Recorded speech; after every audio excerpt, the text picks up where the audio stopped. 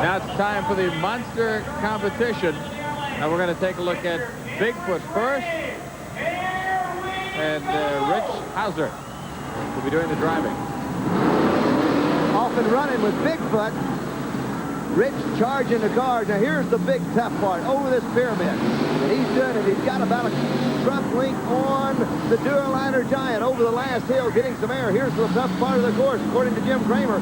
He makes a tight turn, and now he's got the straightaway down the front chute with Bigfoot. He's got to line up and hit the cars on the run. He's got a big lead up in the air. Over. It's going to be a Bigfoot victory in the first round.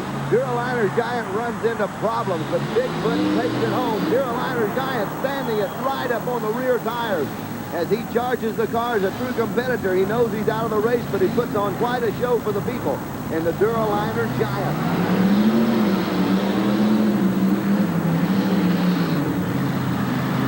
So the Duraliner Giant falls to an early elimination. I don't believe I could pick a favorite on this. They ran together about 2 weeks ago, and I was there. Excellent run. Excalibur just, he's a little bit slower, say, on the turns, but excellent on the cars. This man hits the cars wide open. I've seen him do that a number of times, and if there's any way to go over him, he will go over him very quickly. Now you take Dale Wilson, a man of experience here. He can do it all. He can hit the cars. He can make the corners. He's a very good competitive truck. Never count Dale out. Dale's always tough at the Virginia Giant truck as they're staging him up to the line. The winner of this will advance to second round. The idea here is, Mike, is make the best run you can, keep your truck together, and keep it running for the next round, because you don't win a race when you eliminate. Dale's got an early lead, but right, this is what's going to tell the tale. Excalibur almost goes over, but he gets a good hold shot on the Giant. Dale Wilson is putting on a charge, a good quick turn. Dale making a very tight turn. Now it's a straight shot at the cars. Who's it going to be? Dale Wilson is lined up. Dale seems to be in good shape. Watch out, Excalibur's making a charge right at the last minute. It's Dale Wilson. Dale Wilson really putting on a good drive. Fred Schaefer on the far side in barefoot. Of course, the ever-awesome Don Maple on the near side. Both of these trucks are quite a bit heavier than some of the other trucks.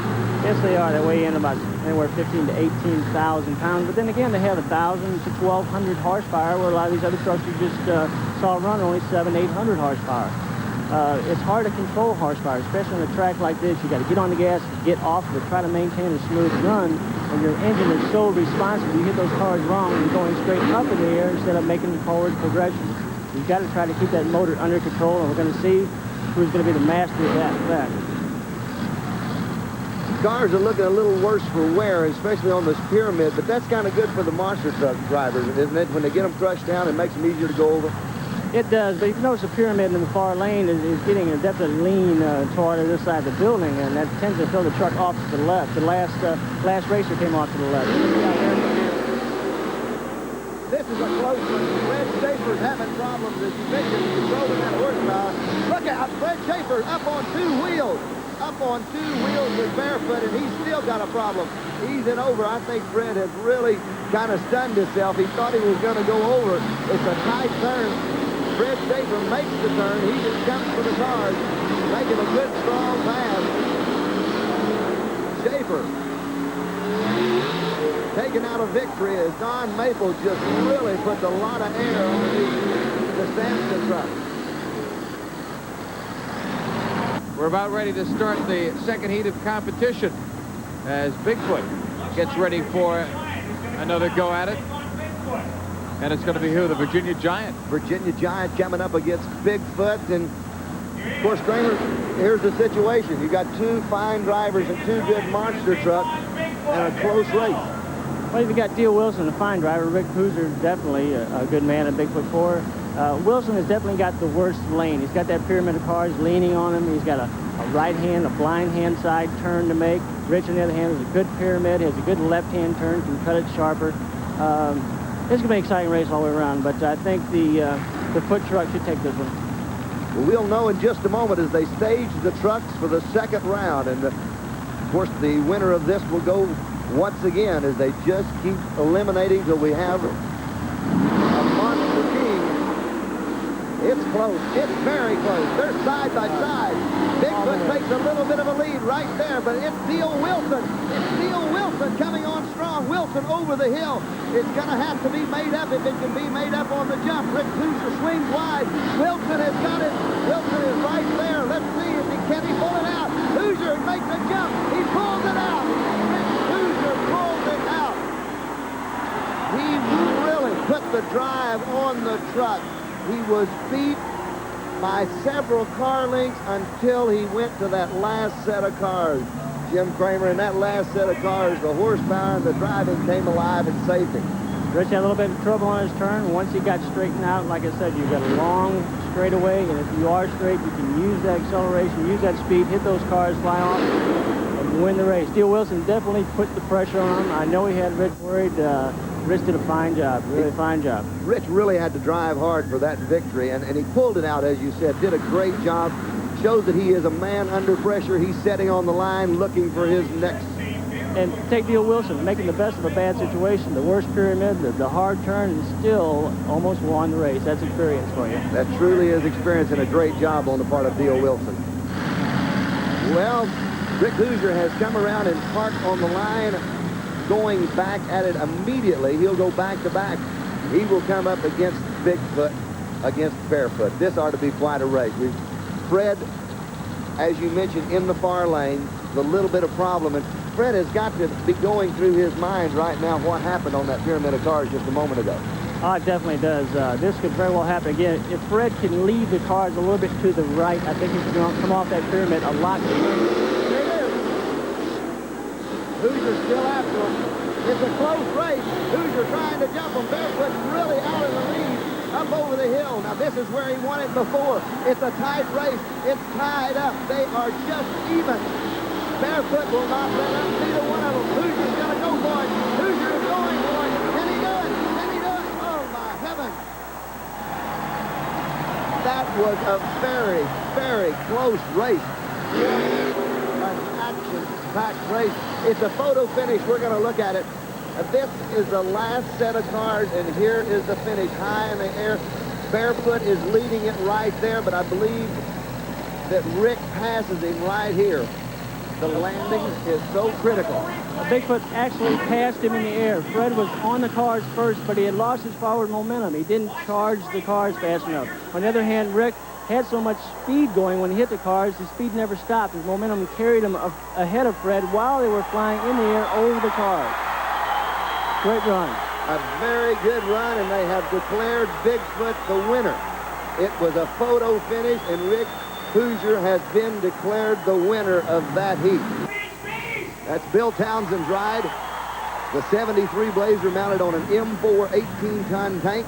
It has a blown 454 motor with an automatic transmission, and it weighs over 21,000 pounds. It is absolutely unbelievable. Predator carburetors, and the Virginia Beach Beast is something to see.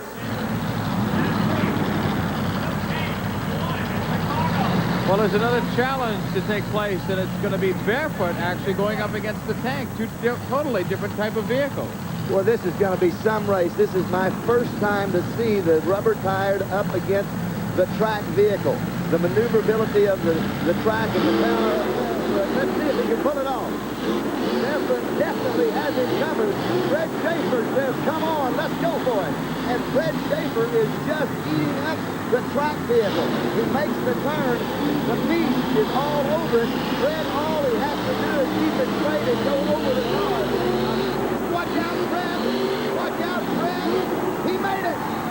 Barefoot in the challenge. Beat the beast.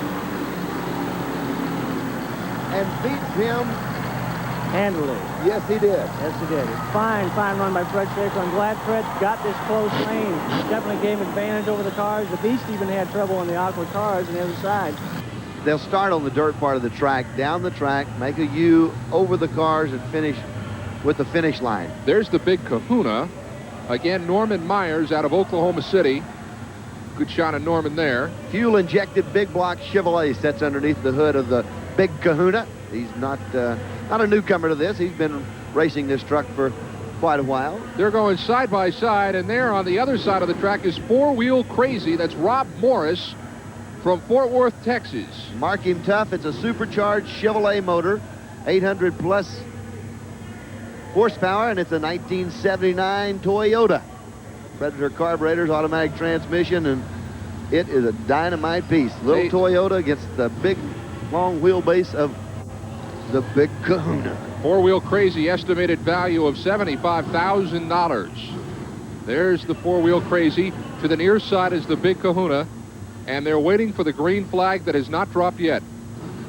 Putting them on the line and getting them all matched up, side-by-side action, so we find out in a hurry who's going to win this as we line them up and head them down 200 foot of track.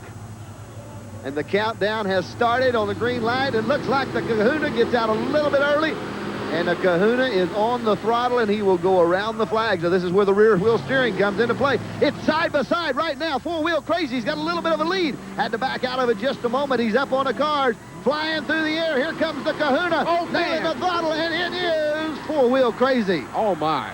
Oh, my. As the Big Kahuna is stuck on the pile of Chryslers in the center of the auditorium, but Four Wheel Crazy, Mike, made its move on that turn. We have seen it time and again where these monster trucks, win it or lose it, when they make the turn. It was a nice tight turn for Four Wheel Crazy. That's a little short wheelbase. Of course, the little Toyota truck is short. But look, here's the Big Kahuna. They've torn the front drive shaft out of it, and the traction bars are hanging down. Now, how do you get a 15,000-pound truck off of a set of crushed cars? Well, very carefully. Very carefully, and we've got some equipment here tonight that can remove the Big Kahuna. On the near side is Big Toe. That's Ray Perkowski from St. Louis, and he will go up against the modern-day outlaw Buster Guffey from Griffithville, Arkansas. There is the outlaw, 86 Chevy S10, 454, big block engine. Supercharged big block motor. Oh, you got to be supercharged when you're sitting on top of all that. But on this side with the Big Toe, he's got a supercharged Ford motor, and it's neck and neck, but the Toe's got a little bit of a lead. The Toe has got the lead. Let's see if he can make the turn. Buster Guffey is running without planetaries. He's a little bit lighter, but it's a little harder on equipment. Let's see. The Toe is crooked when he hits the car. Straightens out at the last minute. This is going to go down to the finish line. Oh, my. Buster Guffey takes it off the side, and Big Toe and Buster Guffey takes out the finish line on the far side. Just barely for Big Toe, as Guffey made a nice turn around the flag, but Mike seemed to lose a little bit just before he hit the cars. Couldn't get the back of the truck straightened up. And I'll tell you what, Ray did a great job. He was in trouble coming up to the cars, but at the last minute hit the rear steering and made the adjustment. Here are, at the top of your screen, Bigfoot. That's from St. Louis, Missouri, the legendary Bigfoot, and Rebel's Revenge from Grand Rapids, Michigan is the other. Ken Keeling driving Bigfoot, this particular Bigfoot truck. And the gentleman out of Grand Rapids is Bill Jones. The Chevrolet versus Ford. Of course, the 87 or Ford truck, supercharged big motor, and then a Chevrolet on this side. So it's a naturally aspirated Chevrolet against a supercharged Ford. The Rebel would like to make a name for himself, running Foot. Now, Foot has had so many great drivers, and Keeling getting his turn tonight. He's 31 years old and has been involved in racing for 5 years. Watch Kenny out of the hole. The Bigfoot covers him. He's got him covered about 2 trucks. Let's see if he can make a turn. Beautiful job. Nice tight turn. He's got a tight turn. He's got it. He's got easing around, and the Rebel's in trouble on the turn. Foot doesn't show any mercy. Oh, man. Off the cars, nails the throttle. We're home free No for contest. Bigfoot. Rebel's Revenge could not make the turn. In fact, that looked like he was going to take out the tractor at center field, but now here he comes around to complete it, but it is all an exercise in futility. All right, the 4th heat. Bottom part of your screen. That is Larry Garvel from Victoria, Texas, in the Texas Stomper, and we'll go up against Dan Patrick from Kingston, Ohio, in Samson 2. Samson 2, a 1989 Chevy Silverado, 513 engine. This is only the 3rd time for Dan Patrick to ever drive a monster truck. He's been driving funny cars and dragsters in a pulling world for quite some time. Don't watch that Texas Stomper. I'll tell you what, he's super tough truck. But don't count out Dan Patrick just because he's new at this game. He Wide made turn. some good Big passes. oh. His Stomper almost puts it over on its side. we It's go. side by side when they hit the cars. The Stomper is in a little bit of trouble. Man. He noses down, pulls it out at the last minute. The Stomper still having trouble shutting it down, and he went in front of the Sampson truck. We move into the second round. And 4x4, the four-wheel crazy, I should say, is at the top of your screen. And down below, that's Big Toe. They both had won heats before, and now they'll go side by side. There's Big Toe. Supercharged Ford, supercharged Chevrolet, Toyota, and Ford bodies. The Toe is completely functional, and four-wheel crazy, well, it showed itself to be very functional early. This ought to be a great race. Big Toe and four-wheel crazy here again, Ken. They are so close, but when they get to the turn, it's going to tell the tale. But the little bitty Toyota truck has got the advantage tonight, a true advantage, and he's going to coast over the car to the finish line. All kinds of steering problems for Big Toe, and he goes off to the side, and four-wheel crazy takes a win. No contest as Big Toe gets hung up. Now, Mike, who is that, and what does he have? That's George, and George is a head pitman for Bigfoot tonight. That's not a walkie-talkie. That is a remote control kill switch. He can kill that truck anywhere in this arena. If the driver was to become incapacitated at any time or be out of control, all George has to do is push the button, and it will shut the engine down and stop the truck. You know, Bob and Marilyn Chandler with the Bigfoot truck, always innovative, and this idea with the remote kill switch is something that needs to be done. It will keep an unfortunate accident from happening if the driver, and I've seen this thing actually work in competition several times, and it's something that all these trucks should be equipped with. Here comes the green, and here they go.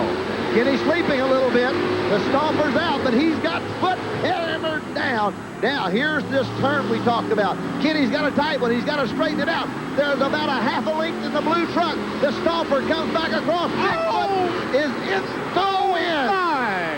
The Stomper truck is going to... I thought he took out the rotor, but he shut down. Mike, when we watch the replay, the fans are going to get a chance to see Bigfoot literally leap all 8 cars. I think his front wheel came down on that 8th car. It was just an incredible leap by Bigfoot. This is driving technique and driving style, and landing that truck so important when you run a pass like this.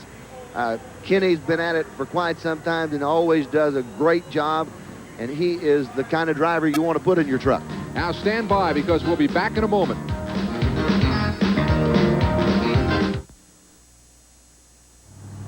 This is it. Winner take all. There's Bigfoot. He'll be to the top of your screen, and four-wheel crazy at the bottom. The winner takes it all. Here we go. Crowd is on its feet. The little truck's got a lead. The little truck has got a lead, and here's the turn. Let's see who comes out on. Kenny has made it. The little truck overshot the turn. Foot is in the air. Oh, and he'll win. He's got to nail the throttle, and he does it. Bigfoot wins it, leaping again over the cars. Mike, as he did in the semifinals, Kenny just leaped over. I mean, it was the power coming over the cars that won it for him. He had to. He didn't have any choice. Got an extra special twist here, Mike. We got a camera inside Bigfoot. Now, you think it looks great outside. Where do you see what this looks like inside? Watch the little four-wheel crazy truck. He has got a lead on Bigfoot right now, approximately a truck length. Now watch the turn. He's made it good all night long, but here he drifts way out of line. He's completely out of shape, and at that time, that's when Kenny Keeling lowers the boom on Bigfoot, and he takes it home to a win. He's parked in four-wheel crazy. Finishes up for a very fine second, and he should be tremendously proud of that. Four-wheel crazy is a nice truck, but that guy was better tonight. Ken Keeling, the winner in the Battle of the Monster Trucks. Barefoot, Fred Schaefer's pride and joy from Granite City, Illinois. It's the pride of the Chevy line. Will go up against Taurus. A great-looking truck, Mike. Just a superb-looking truck. Jack Wellman from Madison, Illinois has a lot to be proud of. 8,000 pounds of monster truck, ultra light, the lightest monster truck here. Fred Schaefer checking in right around 9,500 pounds on his. So there's two lightweight, ultra trick tube trucks that this should be as good a monster truck race as you'll ever see. Down the track and then over the cars, and here we go. Schaefer with a little bit of a lead in the turn. Shaver with a tight turn. Torres catching up. Torres is in the lead. Torres has taken the lead. He's going to open the cars. Torres with a win. Torres wins. Torres with a big win. And this elimination heat will be between Andy Brass in Bigfoot. There it is, the pride of the Ford line. And he'll go up against Mike, just a superb-looking truck, the Texas Stomper from Victoria, Texas, Larry Garville at the wheel. Here we go. Look at the Bigfoot truck. This is all new. Look at the body roll. Look at the movement in the body that's made to do that. They're extremely close. Extremely close. Andy Bass, though, he kind of takes this one on a fly. That was no contest. No, it wasn't. Andy Bass weighing in at about 10,000 pounds. The Texas Stomper, 14,500. Bigfoot, of course, the winner in the heat, comes on the track now to duke it out with Torres. And this, the finals of the Battle of the Monster Trucks. We have yet to see the tanks. They're coming up. The monster trucks have to settle this issue first. This should be a great race also. Andy Bass sets in this truck. The truck designed the way Andy wanted as far as comfort is concerned. Jack Willman built that one. The shocks on the truck were his own design. They came up with it themselves. Bigfoot out of the hole. Good shot on him. Bigfoot with a big lead. Now can Andy Bass bring it out? Andy's in trouble. He's in trouble. Over he goes. Bigfoot has just turned over on the side. Torres takes a win. Andy Bass, the truck got upside down. It got to leaning bad and rolled over on its side. The truck went over. It's on Andy's side of the truck. Let's see. We've got a shot of it. If we can get, Andy is moving around. He's still strapped in the truck upside down. You could see it was... The crew is there. You could see he had a lot of trouble, Mike, coming around the turn. Well, he got on the throttle. He tried to drive it out, which is, you know, the normal thing you have to do. Now they're pulling him out of the truck. He has got to be more than a little shaken on that. They'll bring him out. He's okay. Looks to be all right. And there's so many safety... He is all right. Look at that. So many safety features that go into those trucks, and right there, I think, is a prime indication of what could have been a serious injury prevented by the design of the truck and the equipment that he wears. But I know that he has to be upset with what has happened there. That is obviously not in the game plan. Look at the expression on his face. Andy wants to look at it. Let's take another look at it, Ken. It's definitely worth the other look. Now, here's the shot. Look at the truck transfer the weight. Picks the front end up off the ground. The bars are extended all they can extend. He's got a lead. But here in this area is where he starts to get in trouble. Shuts down. The weight comes back around. Watch him in the turn. It's a tight turn, but you're going to see the left front tire begin to pick up. He does the right thing. He nails the throttle trying to get it to come down. Rolls over to its side and then skids across the track. Well, Torres goes on. Jack Willman goes on to take a win with that race. But Andy ends up on his side, and Bigfoot now in pieces on the track. Ram Tracks and Full Metal Jackets. Mike, there's Ram Tracks, a tank out of Jefferson City, Missouri. Don Van Loo, the driver. This is a 528 cubic inch Hemi in the other one. This one is the Full Metal Jacket. This is the twin-blown, alcohol-burning Chevrolet. Look at this little truck. I mean, hook and hook hard. Good tight turn is mandatory in this. Look at this. They're amazingly close. It's in the lead. The Dodge is in the lead as they spin the other tank out. They spun out Full Metal Jacket. And that was all that was needed for Ram Tracks. But Ken, he was in the lead before they spun the vehicle. It looks like, and we'll see it on the replay, this is just for show as Full Metal Jacket finishes out, but he did a 360 around the turn. Ram Tracks with a lead. Now there's the little blue one on the far side, but look how tight he makes the turn. And he's on the throttle. He's got him covered, but now we're in trouble with Full Metal Jacket. It's crossways 360, but Ram Tracks just cooking right across the finish line of this. Look at that. Looks like a shark, doesn't it? The winner, yes. The winner of this will run the Taurus truck. You got to think the Taurus has got an advantage. Well, I would think, but we'll see. You know, that Fast Tracks is, for a tank, a real smoker. It's on the far track now.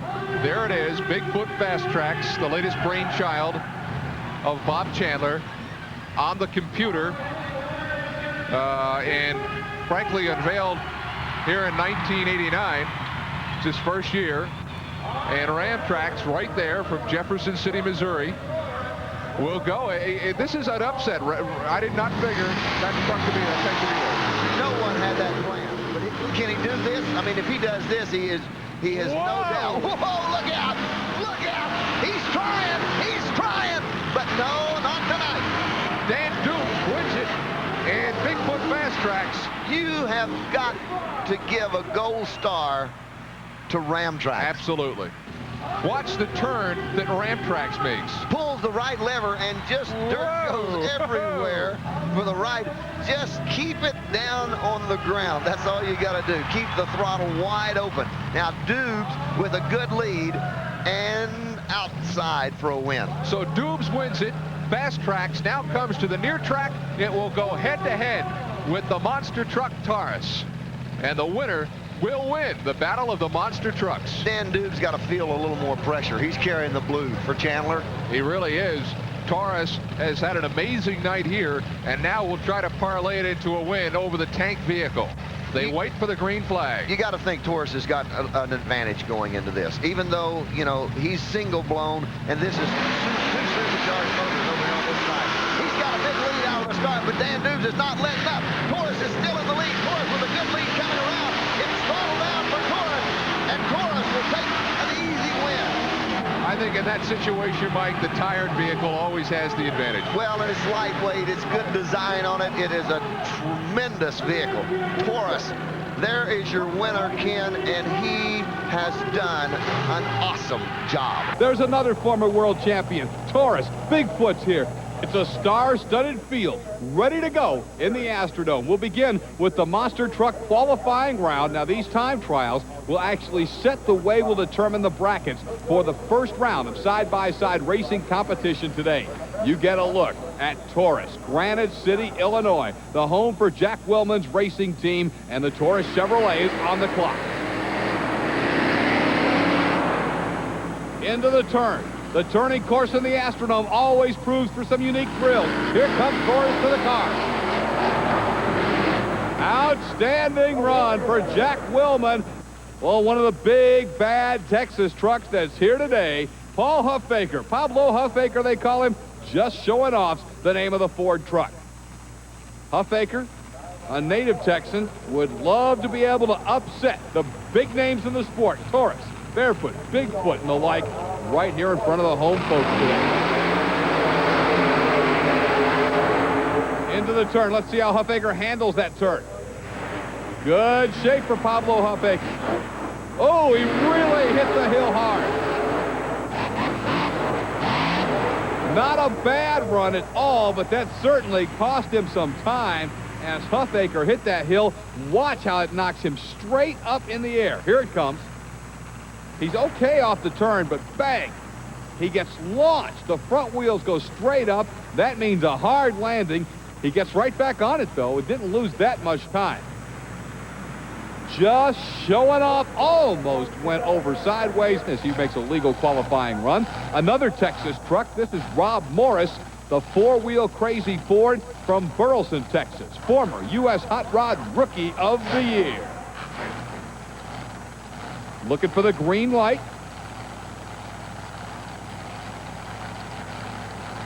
And he's on.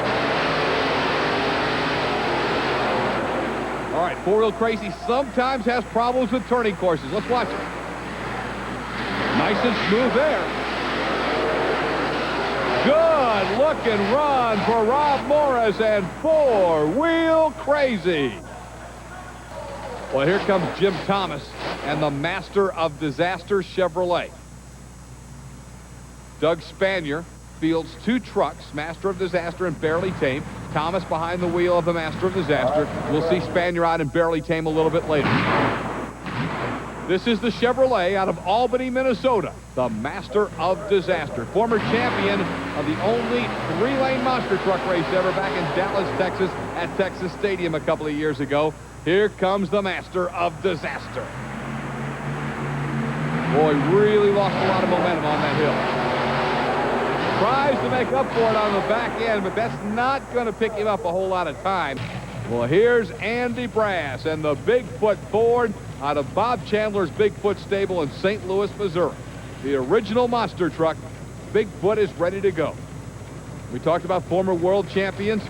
This is a guy that's got a world championship trophy hanging on his mantelpiece. Andy Brass and Bigfoot. look at the way the suspension reacts, how that truck goes up and down, and the body just settles on the chassis. Here he comes to the car. Bigfoot, a full 2 seconds slower than the run of Jack Willman and Torres. Well, we mentioned Doug Spanier's Barely Tame team. Here is the Barely Tame Master of Disaster partner. It is Barely Tame, the big Ford, Albany, Minnesota's hometown. And Doug Spanier will now try to match the outstanding run his teammate Jim Thomas had a little bit earlier.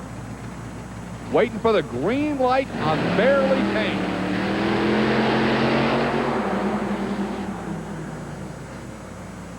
Really slows in the turn. Now will come around. Boy, he's losing some time here. Well, unfortunately, Barely Tame checks in with about the slowest run we've seen. Another Texas truck. This is Marty Garza from McAllen, Texas. The 1990 Ford he calls Overkill. Time to beat remains the Taurus Chevy-powered GMC at 13.50. Second fastest is Master of Disaster, a Chevrolet, at 13.8. Let's see if Marty Garza can put his Ford in the upper crust.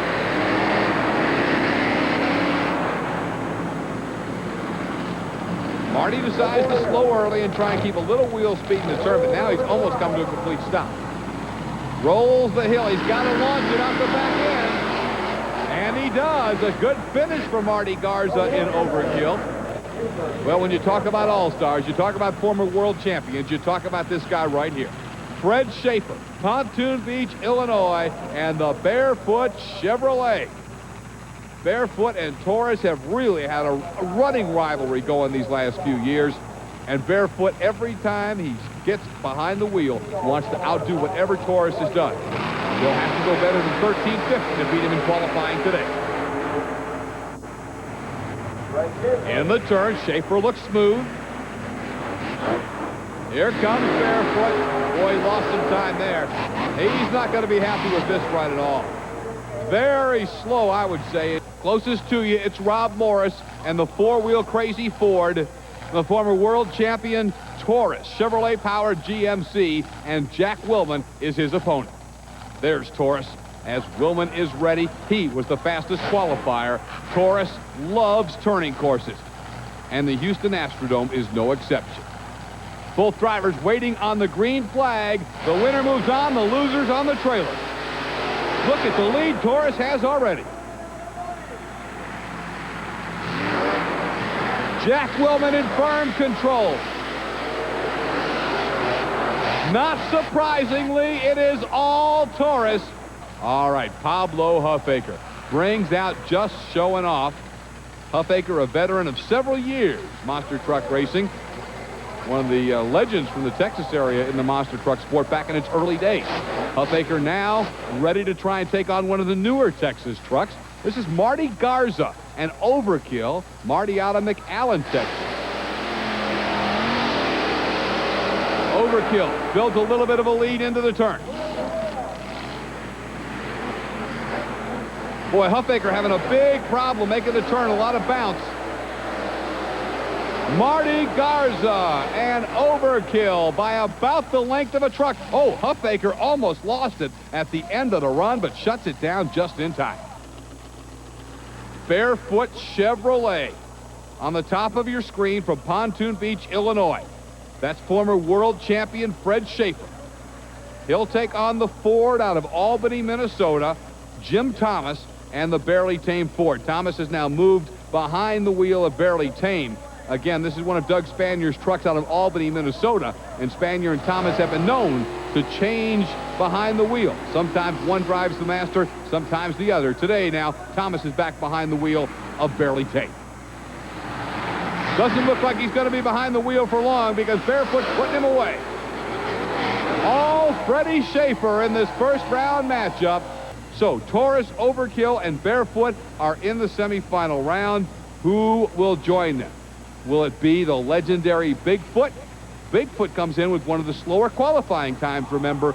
Doug Spanier and Master of Disaster, actually the second best qualifying time, so far today. Let's see if Master can back it up. Now as he has to look across the Astrodome and see that he's racing Andy Brass and Bigfoot. Foot's got a big lead early. Brass missed the turn. Bigfoot missed the turn. And Master of Disaster, who is not having a good run, will move into the semifinal if he can keep it from going on its roof. Stunning upset right there. Bigfoot just locked him up and missed the turn. Andy Brass slides completely off the course. And the Master of Disaster records the upset in the Houston Astrodome. Put Doug Spanier in the semifinals and get a hook for Bigfoot. He's going on the trailer and heading back to St. Louis. Marty Garza, the Overkill Ford, the lone Texan still alive in this competition, going up now against the favorite, former world champion Jack Willman's Taurus GMC with the Chevy Power ready to come after him. Taurus opens up a big lead on the first half of the course. Beautiful turn. Jack Willman is flat in control as he blows Overkill away against one of these two Chevrolets. The Barefoot Chevrolet, Fred Schaefer, former world champion from Pontoon Beach, Illinois. Or the upstart today, the Master of Disaster, Doug Spanier from Albany, Minnesota, the longtime monster truck veteran. These are two guys who have been through the wars. Let's see who's got what it takes in the dome. Master seems to have the edge into the turn. However, Barefoot's making a much better turn. Master swung very wide. Now the advantage belongs to Barefoot. And Fred Schaefer, Master Disaster almost flipped it on its side at the end of the run. He pulls it back down, but it's too late. Barefoot has captured the victory. Watch the replay. Barefoot clearly takes control on the turn. Now watch Master of Disaster trying to make up some ground. He gets it really sideways, but pulls it back. Granite City, Illinois. That, of course, is Taurus and Jack Willman against this former world champion, Fred Schaefer, and the Barefoot Chevrolet from Pontoon Beach, Illinois. This is what it's all about, the main event, the championship in the Houston Astrodome. All they need now is a green light. They're waiting for it. And it's showtime. Taurus with a slight edge to the turn, but Barefoot has made some great turns today. However, not this time. He missed the turn. Barefoot missed the turn, and Taurus can coast home. Taurus looks like he's lost power. Taurus lost power. What an incredible final. Taurus will win it, despite the fact that he stalled on the carbs. I thought I'd seen everything watching monster truck racing, but this beats all. Two former world champions, and both of them make huge mistakes. First, it's Barefoot. Fred Schaefer just flat misses the turn. Watch as he cannot keep it in his lane. He skids off the turn, and he can't get it straightened out. Taurus may have glanced at him, and Jack Willman got too much air, bounced down, and let his truck die. Any other time tonight or any other time just about anywhere, he would have been beaten. But Fred Schaefer was sitting dead in the water because he missed the turn. So Taurus is able to restart the engine, and despite probably being a little embarrassed, Jack Willman's going to take the big trophy all the way back to Granite City, Illinois. Incredible final run and a big smile. Jack Willman knows he got a big break on this day, but it's kind of justice because he had the best truck all day here on Super Tracks. And despite the strange final, Willman will take the win back to Granite City, Illinois. A very unique course. It actually gives you a U-turn, and our first qualifier will be a Texan himself, Rob Morris, in the four-wheel Crazy Ford. He comes out of Burleson, Texas, and you can see you got to make a turn. Then you've got to roll the hill and hit the cars on the way back. It's a good-looking run for the four-wheel Crazy Ford. Another big bad Texan. Here's Lupe Sosa and the Warrior. Again, the time to beat, 13.45, trying to win fast time honors in the Houston Astrodome. So a lot of fans from the state of Texas certainly in attendance to watch Lupe Sosa bring out the Warrior. And he'll take on some of the best-known trucks in the business. Right now, trying to beat that time Rob Morris set down just a moment ago. Warriors pulled to the line. You see him give the thumbs up to the U.S. Hot Rod Association officials, and he's underway. The qualifying run of the Warrior. Now the critical part is the turn. You'll see him slide, kind of let the back end hang out a little bit. A pretty good turn for the Warrior, but he lost a lot of RPMs and a lot of momentum. Now Sosa will try to hit the cars hard. A pretty good run for Lupi, 15.04 seconds. Here he is, the reigning champion of this sport, the Barefoot Chevrolet out of Pontoon Beach, Illinois, and Fred Schaefer. He's got a good-looking run going. Let's see how he hits the hill. Now hammer down to the cars. And a good-looking run for Fred Schaefer's Barefoot Chevrolet. Next up, another Texan, Scott Stevens, a true veteran in the sport. He's been at it for a long time out of the Houston, Texas area in the Auto Value King Crunch. Stevens pulls to the line in one of the more interesting trucks. Everything on the inside of the cab is computer designed. He has all computer controls and actually is one of the few monster truck racers to communicate with his pit crew by radio during a run. Scott Stevens, out of Houston, Texas, is now officially on the clock. Again, watch the turn. You can see he's right on the edge of the chalk line. Actually lifted the front wheel up a bit in the turn. A little bounce, but he looks in good shape. And an outstanding run for Scott Stevens in the Auto Value King Crunch, barely keeping her under control at the end. Well, here's a fellow who's been around, a champion mud racer, now running monster trucks. Kurt Fisher out of Jefferson City, Missouri, in the Micro Machines. Micro Machines, a truck built by the Breen boys who had their operation in Jefferson City, Missouri, and it was the Breens who really got the Chevy fans going in monster truck racing when they built the Mad Dog Chevrolet years ago.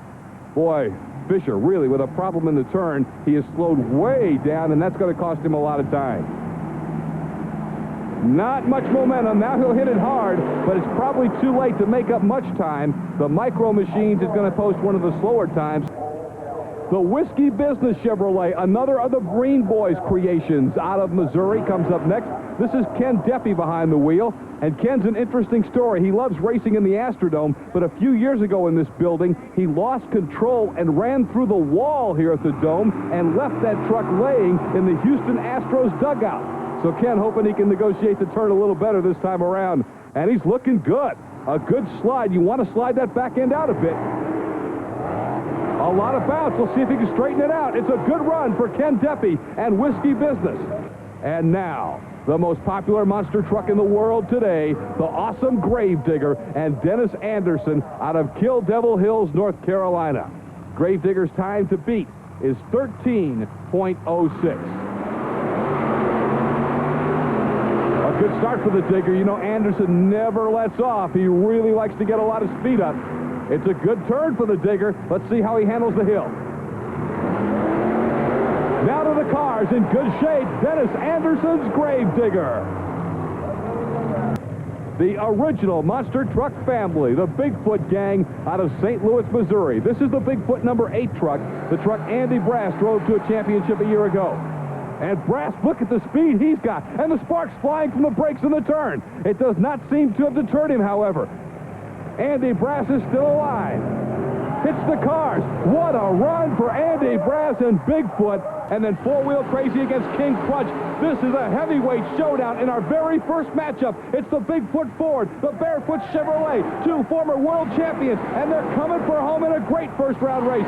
Barefoot, a little bit of air. Bigfoot sends it skyward, and Andy Brass, oh, he's almost lost control, but he pulls her back in and gets the victory.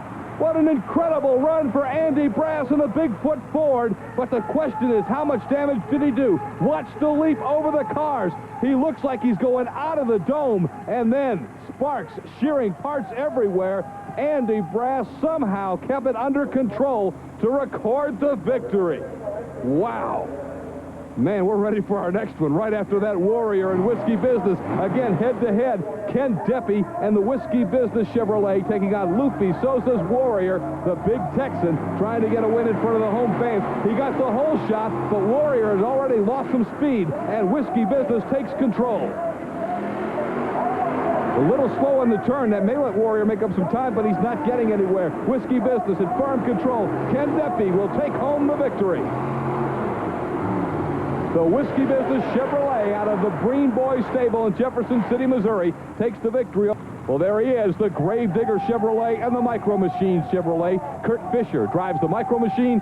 Dennis Anderson from Kill Devil Hills, North Carolina, piloting the Gravedigger. Again, they start side by side and then break away at the end of the turn and then hit the cars coming for home. Showtime. An early advantage to Dennis Anderson, and the Digger is flat, getting it on. Into the turn. Nice turn for Gravedigger. Anderson will now hit the hill. He's got the lead as he comes to the cars. And record another victory for the Gravedigger. We'll round out our first round of competition with another Ford and Chevy battle. It's Rob Morris out of Burleson, Texas, and the four-wheel Crazy Ford taking on Scott Stevens and the Auto Value King Crunch Chevrolet. This ought to be one heck of a matchup. Both of them at the starting line. They're staged and ready to go. Even into the turn. The turn may decide the winner of this one. Stevens having trouble in the turn. That did decide it. It'll be an easy victory for Rob Morris at four-wheel Crazy. Wow, he got a lot of air and nose dove at the end, but he still gets the easy victory. Two Ford versus Chevrolet showdowns. Here we go. It's the Whiskey Business Chevrolet and the Bigfoot Ford. Bigfoot's in trouble. Remember that rough run he had in the first round. Obviously some damage done to the Ford, but now he's picking up the RPMs at the turn. Your leader is Whiskey Business. Here he comes. And your winner, Ken Deppy and the Whiskey Business Chevrolet. There's the Ford, Rob Morris out of Burleson, Texas. And there's the Chevrolet, Dennis Anderson's Gravedigger from Kill Devil Hills, North Carolina. We know one Chevy is in the final. Will a Ford join him, or will it be an all Chevrolet showdown? We're about to find out. They're even to the turn. The turn could decide it. They're still even. Now over the hill. Morris is ahead, but here comes Gravedigger. And he pulls it out. He pulled it out on the cars. Dennis Anderson with a huge leap, and the Gravedigger will go to the Monster Smash final against Whiskey Business. And they're ready for their champion to try and come up with another U.S. Hot Rod Association championship. But do not sell the young man driving for the Breen Boys short. Ken Deppy has had one of the worst moments of his racing career in this very building when he smashed through the wall and through the dugout of the Houston Astros. And what would be a more appropriate comeback for Whiskey Business than to beat Gravedigger here in the Astrodome? Let's see if he can do it. Digger's got the lead heading for the turn. What a great turn by Whiskey Business. Whiskey Business has taken the lead. And Ken Deppy is going to get the upset. Whiskey Business has defeated Gravedigger in front of a packed Astrodome. And Ken Deppy comes home the champion in Houston, Texas. The two trucks you're looking at, both out of the Breen Boys Racing Stable from Jefferson City, Missouri. They'll be our first two qualifiers. We'll see Whiskey Business in a moment, but up first, it's the brand new Micro Machines and Kurt Fisher.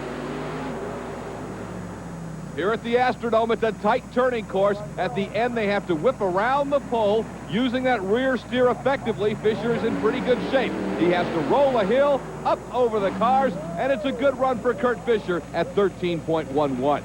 Our second qualifier will be Ken Deppy's Whiskey Business Chevrolet. He'll have to beat that 13.11 to try and earn the fast time. Fast time not only is the prestige and the extra money and points of being number one, it also gives you lane choice throughout the night, and we'll find out as things go on if there is a better lane amongst the two. Smooth turn for Ken Deppy. Boy, that was a real rough shot when he came off the hill and hit the cars. That may cost him some time. Still, several top competitors will come after him, and we'll see if Whiskey Business's time of 13:02 will hold up. Next, we go to the big Ford machine out of Burleson, Texas. This is Rob Morris and the four-wheel Crazy Ford. 1989 U.S. Hot Rod Association Rookie of the Year, ready to do battle.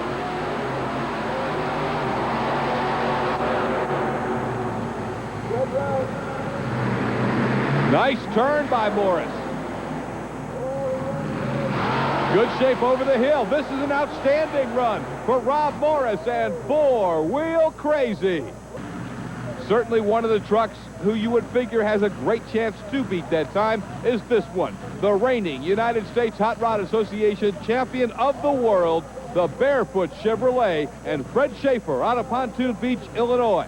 Again, the time to beat is 12.15. Real slow on the turn. This is going to cost him.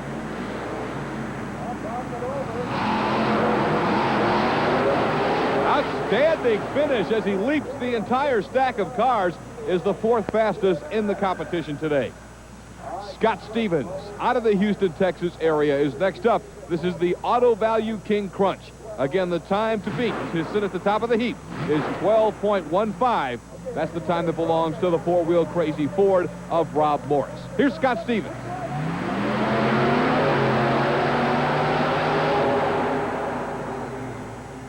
Let's watch him on the turn. Little bit slow. We'll see if he can make up any ground on the back end.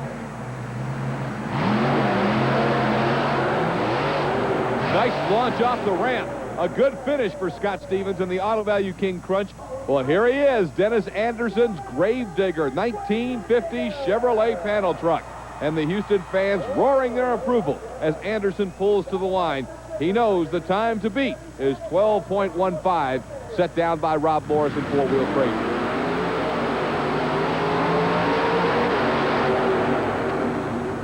Watch the turn. Sliding that back end out, keeping the RPMs up. It's a good turn and a good-looking run for Dennis Anderson. Outstanding qualifying shot for the Gravedigger. Gravedigger is 2nd fastest. Well, here is a truck that is really the Jekyll and Hyde of tourney courses, the Bigfoot number 8 truck out of St. Louis, Missouri. This big blue Ford can be awesome on this type of course. However, because of all the state-of-the-art equipment in the Bigfoot Ford, it is also very easy to make a mistake in terms of oversteering, going too fast, braking too hard. But Andy Brass looks like he is handling this run beautifully. Oh my, what a run for Andy Brass. 2 seconds faster than the field is Andy Brass in the Bigfoot Ford. One more qualifier and he'll be hard-pressed to beat Andy Brass's time. It's Lupe Sosa and the Warrior out of Corpus Christi, Texas. Thumbs up from Sosa. That means he's ready to see a green light. And here goes the Warrior.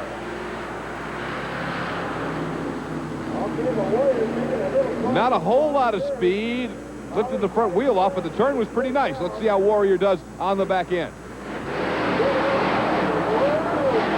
Lots of problems on the back end, and he actually runs over the finish line pole. We'll get a good look at it right here. He did not handle the hill well. Look at the bouncing action. Front wheels to back wheels. That cost him. Then the wheels actually spun as he tried to get up the hill. He makes a legal run, but barely legal, and Lupe Sosa's in with a time of 15.08. We'll go head-to-head, side-by-side with the Barefoot Chevrolet. First matchup, the Bigfoot Ford, the Micro Machines Chevrolet.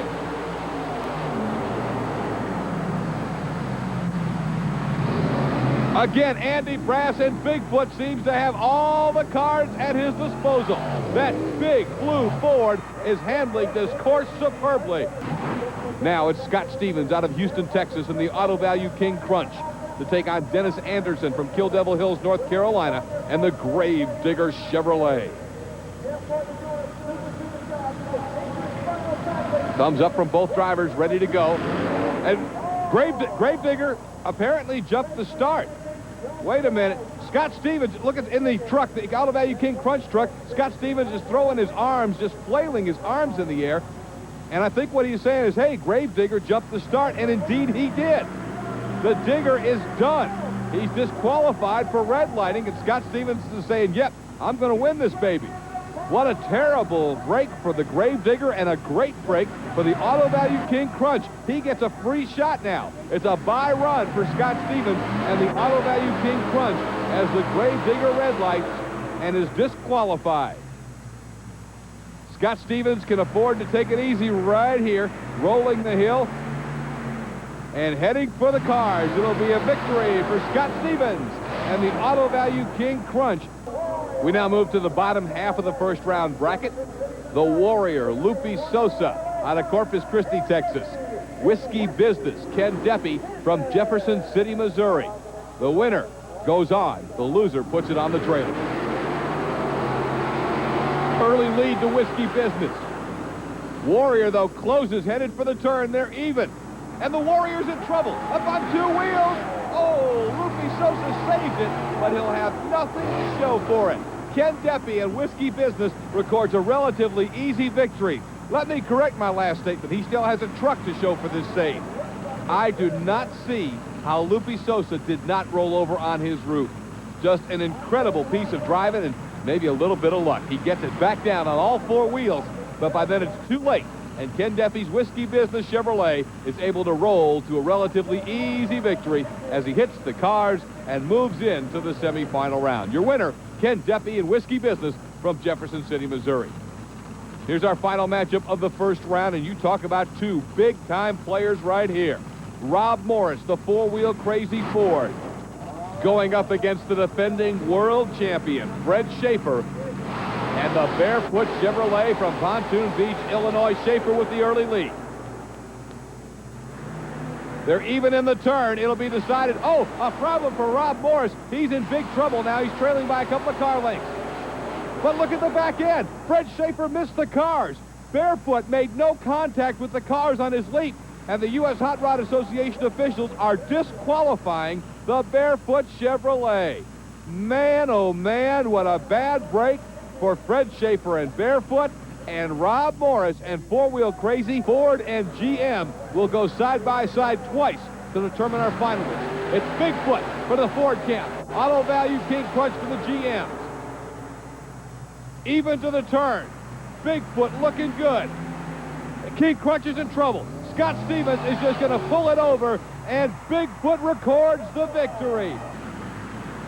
His opponent will be either Rob Morris and the 4-wheel crazy Ford, or in the far lane, Ken Deppy and the Whiskey Business Chevrolet. Deppy out of Jefferson City, Missouri. Morris out of Burleson, Texas. Thumbs up from both drivers, and we're ready to go. The winner meets Bigfoot in the final. The early lead to 4-wheel crazy. Very nice turn by Rob Morris. Good shape over the hill and a very, very impressive run. Now it's a battle for Ford pride. Bigfoot and 4-wheel crazy will settle things here at the Houston Astrodome. You get a good look at Andy Brass with the full face mask and the fire mask on as well. Andy Brass will pull the original monster truck to the line. Bigfoot out of Bob and Marilyn Chandler's stable in St. Louis, Missouri. Long considered the supreme Ford, Andy Brass knows one of the biggest challenges every week in terms of Ford superiority comes from Rob Morris, the former Rookie of the Year in 4-wheel crazy out of Burleson, Texas. This should be a dandy, and it's for all the marbles in Houston. Showtime! To the turn, Bigfoot with a slight lead. A good turn by both. Morris now has the lead. 4-wheel crazy's got the lead. To the back end, and Andy Brass and Bigfoot has won it. Andy Brass has done it again in Bigfoot. And when I say done it again, what I mean is nobody drives out the back end of a racetrack like Andy Brass. He's done it so many times. You better have Brass beaten soundly when you get to the last set of cars, because nobody will hammer his truck harder to try and pull out a come-from-behind victory than Andy Brass, and he's done it again. He was behind, but he refuses to lose. Did not even set the front wheels on the ground. Andy Brass and Bigfoot has pulled it out, winning over Rob Morris and 4-wheel crazy. Look who's here. Andy Brass and Bigfoot going against Mark Pristash and the Hawk. Look for the green light, guys. Showtime in Houston. Over the first hill, Andy Brass clears the entire set of cars, and the win for Bigfoot and Andy Brass. Here's a matchup for you. Rob Fuchs in the red Ford called First Blood, going against Joey Pittman in Pablo Cruz's Tough Enough. So it's a Ford-Chevy matchup. Both are big red trucks. Both love the long run, and they're going to get one right now. Over the first hill for first blood. Pittman running behind. Whoa! Pittman having a lot of bounce to the ounce, and the win goes to First Blood and Rob Bush. The next matchup, I know we're going to have a Chevy in our next round competition because we have the Auto Value King Crunch going against the Clydesdale. Bennett Clark, the former rodeo rider out of Georgia, going against Rob Grossman, driving Scott Stevens King Crunch. Grossman having some trouble, and the bright pink Clydesdale picks up the win in Houston. Rob Grossman and the King Crunch having some trouble there. Next up, Nick Rossi out of Pennsauken, New Jersey, in the Outlaw, going against Lupe Sosa and the Warrior. There's the Outlaw, the Warrior, both staged. We're set. Outlaw pulling out and comes up with a full truck length victory over the Warrior. But what is this? Some smoke coming out from under the Outlaw. Could Nick Rossi have some problems here? I hope not. He has worked hard to get to the quarterfinals, a big win over the Warrior. And Nick Rossi wants to look down and see for himself. On the ISO cam, let's see if we can pick up where that happened. Nice ride over that first hill. He turns it on, hits the row of cars, makes it over about 3/4 of the way, and there's the smoke. There's the problem. Definitely something coming out from the Outlaw. Nick Rossi may have some problems. Meanwhile, the Warrior, he just didn't have it today. He just didn't have it, was slow off the line, and could not come up with a win. I don't know whether I'd want to load the Warrior up yet, Lupe. Meanwhile, at the line, Tropical Thunder, Wayne Smozanek, going against Gary Schott and the Valvoline Eagle. They're lined up, staged, and set to go in the Astrodome. Off the line, the Valvoline Eagle has it. But look at this. Tropical Thunder comes from behind as he picks up a win in the GMC.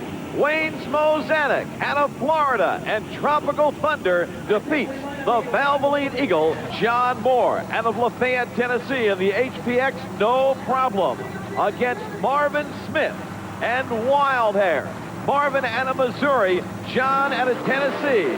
Side by side, they go off the line in the Chevy Ford confrontation. John Moore has to play catch-up, and the Ford Bronco does.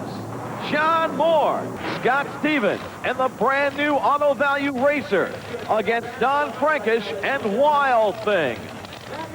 Don, one of the favorites of the crowd in the big Ford. Scott Stevens in the Chevy Auto Value out of Spring, Texas. This crowd in Houston loves him.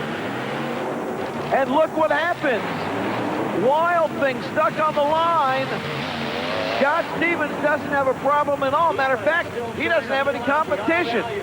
What happened to Wild Thing? Even Scott Stevens is looking for the competitor.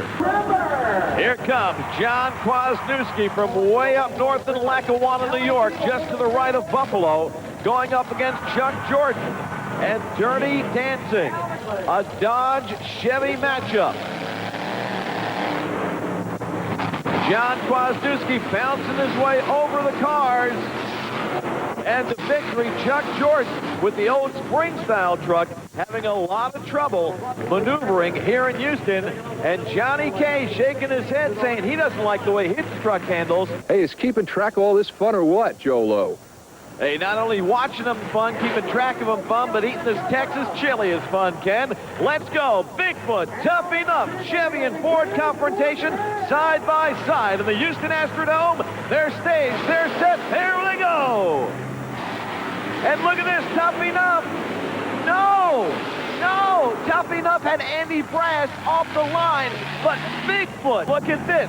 Two old competitors going against one another, Clydesdale and Wild Hair. Marvin Smith and Wild Hair, and Bennett Clark and Clydesdale, and Bennett Clark comes from behind for a win. John Moore and No Problem, the HPX No Problem, brand new sponsor for him, up against Wayne Smozanek and Tropical Thunder. Ford GMC matchup. Both taking it easy and turning it on after the initial hail. Tropical Thunder tries to come from behind, but John Moore in the HPX No Problem holds on for the win at the line. You can see it here. John Moore, 2 Chevys on the line. Mark Pristash in the Hawk. Scott Stevenson, the brand new Auto Value Racer, and the Racer races to victory. The Hawk is left, still running the race. Here comes Blue Max and Dirty Dancing. Our first look at Larry Nukaya and Blue Max tonight up against Chuck Jordan and Dirty Dancing. Again, taking it easy, turning it on, and Blue Max over the finish line. Whoa, the entire rear end comes out from under Blue Max. Larry Nukaya, you got some problems, buddy.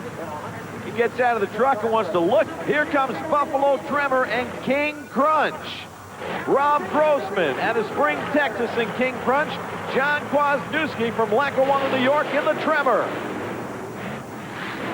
Turning on the power. Johnny K gets the win. Here comes Wild Thing and the Warrior. The Warrior back because the Outlaw broke. Nick Rossi had some problems. We showed you that earlier. And by virtue of that, the Warrior is back against Wild Thing. Here we go. Wild Thing has a lead. Watch this, some smoke coming out of Wild Thing. Warrior almost catches him, but Wild Thing holds on. You can see the smoke right there. Wild Thing injured. Warrior tries, cannot catch him. The Clydesdale and the Warrior ready to go. The Warrior coming back. I told you there were some problems with Wild Thing. Warrior and Clydesdale side by side. Clydesdale pulls out ahead. Now watch what's going to happen. They're going to go up and turn around. We're changing the track to horseshoe style. We're in Texas, boy. And the Warrior just can't manipulate the turn. Clydesdale sails on to victory. The Auto Value Racer, Scott Stevens and John Moore have been here before. Ford and Chevy, Chevy and Ford side by side. Remember, we've added the horseshoe, we've added that turn here in the Astrodome. They're set to go. Scott Stevens out in front, John Moore catching up. Now John Moore has them. They have to go over that hill, make this turn, and Scott Stevens is first around. He outmaneuvers John Moore. Scott is an expert at using the rear steer, and the Auto Value Racer makes it 3 in a row. Here comes Dirty Dancing and Buffalo Tremor. Chuck Jordan in the Dodge Dirty Dancing against John Kwasniewski's Buffalo Tremor. A puff of smoke and a hearty here we go. Kwasniewski temporarily losing some power. Apparently he gets it back. Chuck Jordan struggling.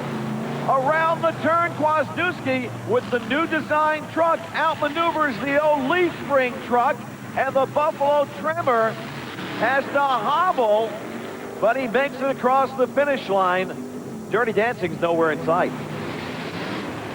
Here comes Chuck. Boy, you talk about having problems, Ken. Andy Brass and Bigfoot out of St. Louis, Missouri.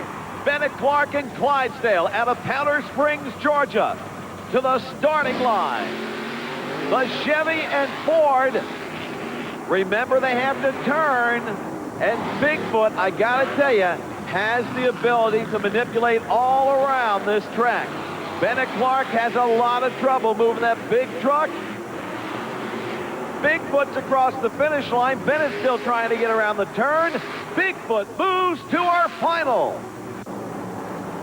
Johnny K and the Buffalo Tremor against Scott Stevens and the brand new Auto Value Racer. Who's it gonna be, crowd? Buffalo Tremor or Auto Value? Auto Value with the lead. Johnny K has to play catch up. They're going into that turn. Now remember, Scott Stevens is in a brand new truck. Johnny K's been behind the wheel of Tremor for a long time. Makes it through that turn first. Can he hold on? Yes. Yes, the win goes to Johnny K and the Buffalo Tremor. It's going to be a Bigfoot Tremor final at the Astrodome. Here it comes from the Astrodome. Bigfoot takes a big lead, but don't count Buffalo Tremor out just yet. Around the turn they go. Side by side, Buffalo Tremor catches up to Bigfoot. They pour it on, and Bigfoot opens up a lead and picks up the win. In the Houston Astrodome, no doubt about it, it's all Bigfoot and Andy Brass. Meanwhile, down on the track, Bigfoot and Hawk are ready to start round number 1. There they go, straight line racing over the first hill as they hit the cars. Bigfoot with a commanding lead, and Andy Brass picks up his first win here tonight in Houston. First Blood, Tough Enough. There's Rob Fuchs, First Blood, Joey Pittman up and Tough Enough in Pablo Cruz's wild-looking Chevy truck.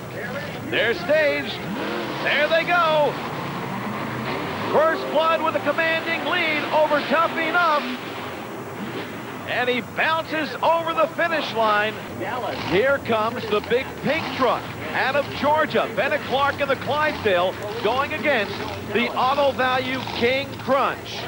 Now the King Crunch piloted by Rob Grossman. We're set to go. Side by side, straight line. King Crunch with a hole shot. The Clydesdale tries to catch up. He just doesn't have the horsepower to do it. And the Auto Value Crunch putting the brakes to it. He picks up a win. It will be the Warrior, Lupe Sosa, going against Nick Rossi out of Pennsauken, New Jersey, and the Jersey Outlaw. This is going to be anybody's run. Both these trucks, world-class competition. The Outlaw, the Warrior. Side by side, they're staged. We're ready to go. Watch the action as the two Fords get set to go. One's a survivor, one has to go to the trailer tonight. A nice hole shot for the Outlaw. The Warrior has to play catch-up. He cannot do it. And the Outlaw goes to round number 2. Nick Rossi thought he had it won. He didn't see the Warrior coming from behind. Matter of fact, he surprised everybody with a burst of speed there at the end. The 1991 Rookie of the Year, Wayne Smolzanek in Tropical Thunder, goes against the Valvoline Eagle. Gary, shot out of San Diego, California in the Chevy Valvoline Eagle, takes on the GMC Tropical Thunder. Thunder with a nice hole shot. Valvoline Eagle has to really give it some gas. He can't do it, and your win goes to Tropical Thunder. That's why Wayne Smolzanek was our Rookie of the Year. Marvelous Marvin Smith and the Wild Hair out of Missouri goes against the longtime foe John Moore from Lafayette, Tennessee, and no problem. They come up to the starting line. Wild Hair, the Chevy, no problem, the Ford. John Moore wanting to make sure things are just so right in that far lane. Many times on Monster Truck Challenge, these guys work small courses. Here, it's a long one. They have to reset everything. Both trucks are ready, and we're set to go. John Moore seems to get a good hole shot. Marvin Smith works to catch up. But the incredible HBX, no problem, holds on and picks up the win. Our next matchup features Dirty Dancing Chuck Jordan out of Oregon. Goes against Scott Stevens and the Auto Value Special. No time wasted here as Scott Stevens puts pedal to the metal and just smokes Chuck Jordan away. And the win goes to the Auto Value Special. Here we go with round number 2, First Blood and Rob Fuchs against Joey Pittman and Tough Enough. Now remember, the course has changed for round number 2 and the rest of the rounds here in Houston. It's over the first set of cars. You have to hit a hill, go over the hill, do a 180-degree turnaround over another hill, straight away, another set of cars before you hit the finish line. This is the horseshoe we were telling you about, and Rob Fuchs seems to have gotten it down pretty darn well. He picks up the first win in round number 2. And Wild Hair going against Rob Grossman in the Auto Value King Crunch. A thumbs up from the U.S. Hot Rod Association official, and we're ready for this matchup. Wild Hair and King Crunch, and Marvin Smith gets the hole shot. He goes over the first set of cars with a lead, but can he navigate this rear steer that's so important for this 180-degree turn? King Crunch seems to have been able to do it faster. Look at this. He really widens up the lead as he hits the second set of cars and leaves Wild Hair way behind. The win goes to the Auto Value King Crunch. Warrior and Outlaw. It's the battle of the Fords. Warrior out of Texas, Outlaw out of Pennsauken, New Jersey.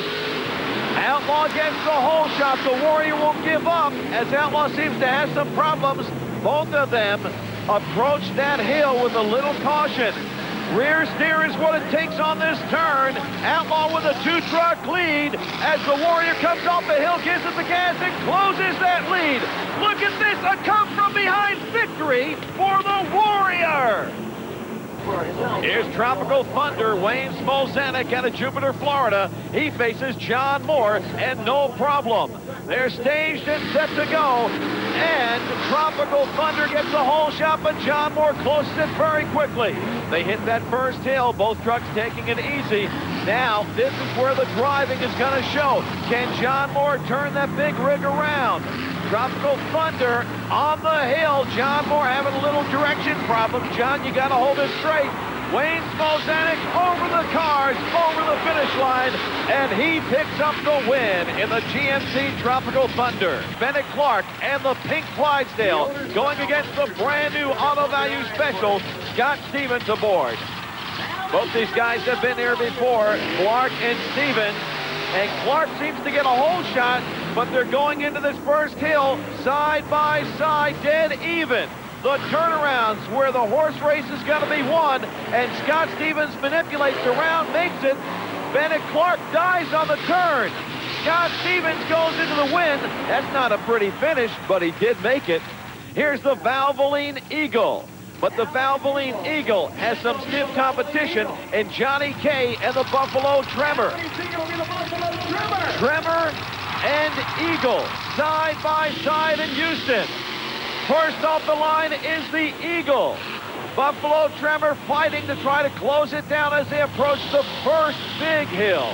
The turn, not a very comfortable one for either one. Again, they are side by side. Tremor opens it up. Eagle seems to bobble a little bit. And John Kwasniewski gets the win over Gary Schock. Rob, everybody's been chasing Bigfoot tonight, and now it's First Blood's chance. Here we go. Andy Brass gets it off the line, but First Blood comes from behind as they hit that first hill. He has to straighten it up, but Andy, with this incredible turning ability of Bigfoot, makes the turn, hits the hill, and now he really widens the gap as he sails over the set of cars and into the winner's circle. Hold on, Andy, stop that thing. Next matchup is the Warrior and the Auto Value King Crunch. We're set to go with Rob Grossman aboard against the Warrior and Lupe Sosa. King Crunch with a lead. Warrior coming from behind. Remember, he came from behind last round to make it to round number 3. But the Auto Value turn, Warrior seems to have lost power. And Auto Value is well on his way, almost an entire track length win over the Warrior. He knows he's got to win against this truck and this driver. The veteran Scott Stevens and the Auto Value Special, a new truck, and man, has he been running great. And he picks up a lead right away over Tropical Thunder. Now, how's it going to handle on this turn?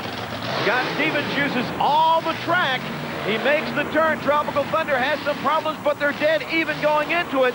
Scott Stevens has to turn on the power, which he does, and gets a win over Tropical Thunder.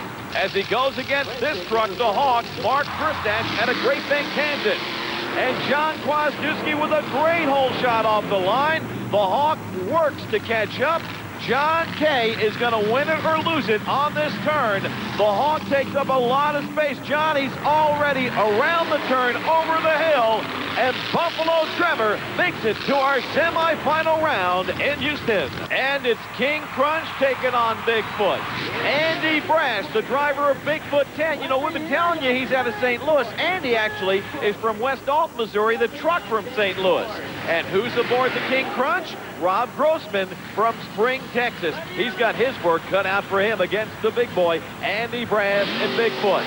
Off the line, Andy Brass has some competition for this run. They're evenly matched. Bigfoot 10 makes that turn. The Auto Value King Crunch has some problems. Andy Brass, does he turn it on? Sure he does. 1, 2, 3. He's into our championship round. Here's Scott Stevens in the Auto Value Special. Scott out of Spring, Texas. He's home. But he goes against John Kwasniewski in the Buffalo Tremor. John from way up north in Lackawanna, New York. And these two have been here before against one another. Auto Value Special, Buffalo Tremor off the line together. A beautiful pirouette over the cars to our first hill, around the turn, and Scott Stevens seems to have the handling down on the new Auto Value Special. John Kwasniewski falls behind, and Scott Stevens goes to the finals. The Bigfoot Auto Value Racer final. The crowd's on their feet in Houston, and we're ready to go. Look at this. The Auto Value picks up a lead over Bigfoot. The crucial turn is coming up. Bigfoot negotiates without a problem. Auto Value's right there, but smoke is coming out. He's having problems. He's losing power, and Andy Brass sails to victory and a win in Houston. Scott Stevens told us he was going to save the equipment. Look at this. He drove it so hard it starts to smoke on him. Andy Brass pulls away, gets the victory. Andy Brass is standing by. Lined up, staged, and ready for the green light. Gravedigger, first blood. And Gravedigger first off the line with a great hole shot. He leaves the launching pad, and he's already into that turn. This guy can manipulate this turn, and First Blood has lots of problems. He has to stop back up before he goes over it, and Digger's already across the finish line. Dennis Anderson racks up another win in the Gravedigger, where 60,000 fans are getting ready to see two 10,000-pound monster trucks go at it side by side. Combined almost 3,000 horsepower. The mighty monsters match up this way. Out of Granite City, Illinois, Jackie Willman driving Taurus. He qualified second. And from St. Louis, Missouri, Ray Perkowski driving Invader, qualifying seventh in the field. They are lined up, and already we can see the right-hand lane seems to be showing a lot of promise for our drivers today. Everybody seems to want to get in that lane, and by qualifying faster than Invader, Taurus picked that one. They are lined up waiting for the green light. The mighty monsters are gone.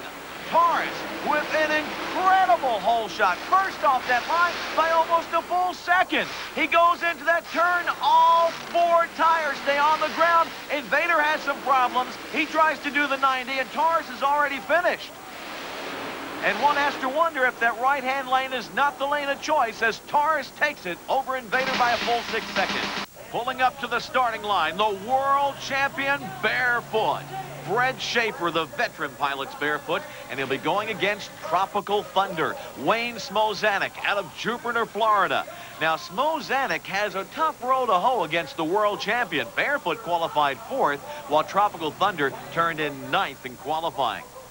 Of course, he'd like to have a win, but if that's not possible, he wants to turn in the very best time. As we move on to round two, we bring back all 5 winners, plus the 3 fastest losers from round number 1. Smozanek puts on a very important piece of equipment there. That's the neck brace. These guys get bounced around a lot, and they all wear a neck brace in competition. We are set and waiting for the green light, and there goes Barefoot. What happened to Tropical Thunder? Fred Schaefer, he's already into the turn, and Thunder hasn't moved yet. He's around, he's heading home, and now Tropical Thunder starts. What did he think? This was a relay race? What is going on with Tropical Thunder? He sat there for a full 4 or 5 seconds before he even started. And now he takes his time. He doesn't seem to have any power at all. He just sort of walks across the set of cars, finishes the race, but my gosh.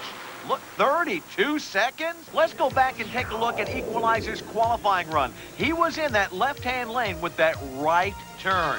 A bounce over the hill. He straightens out, goes around into the turn. See the rear tires?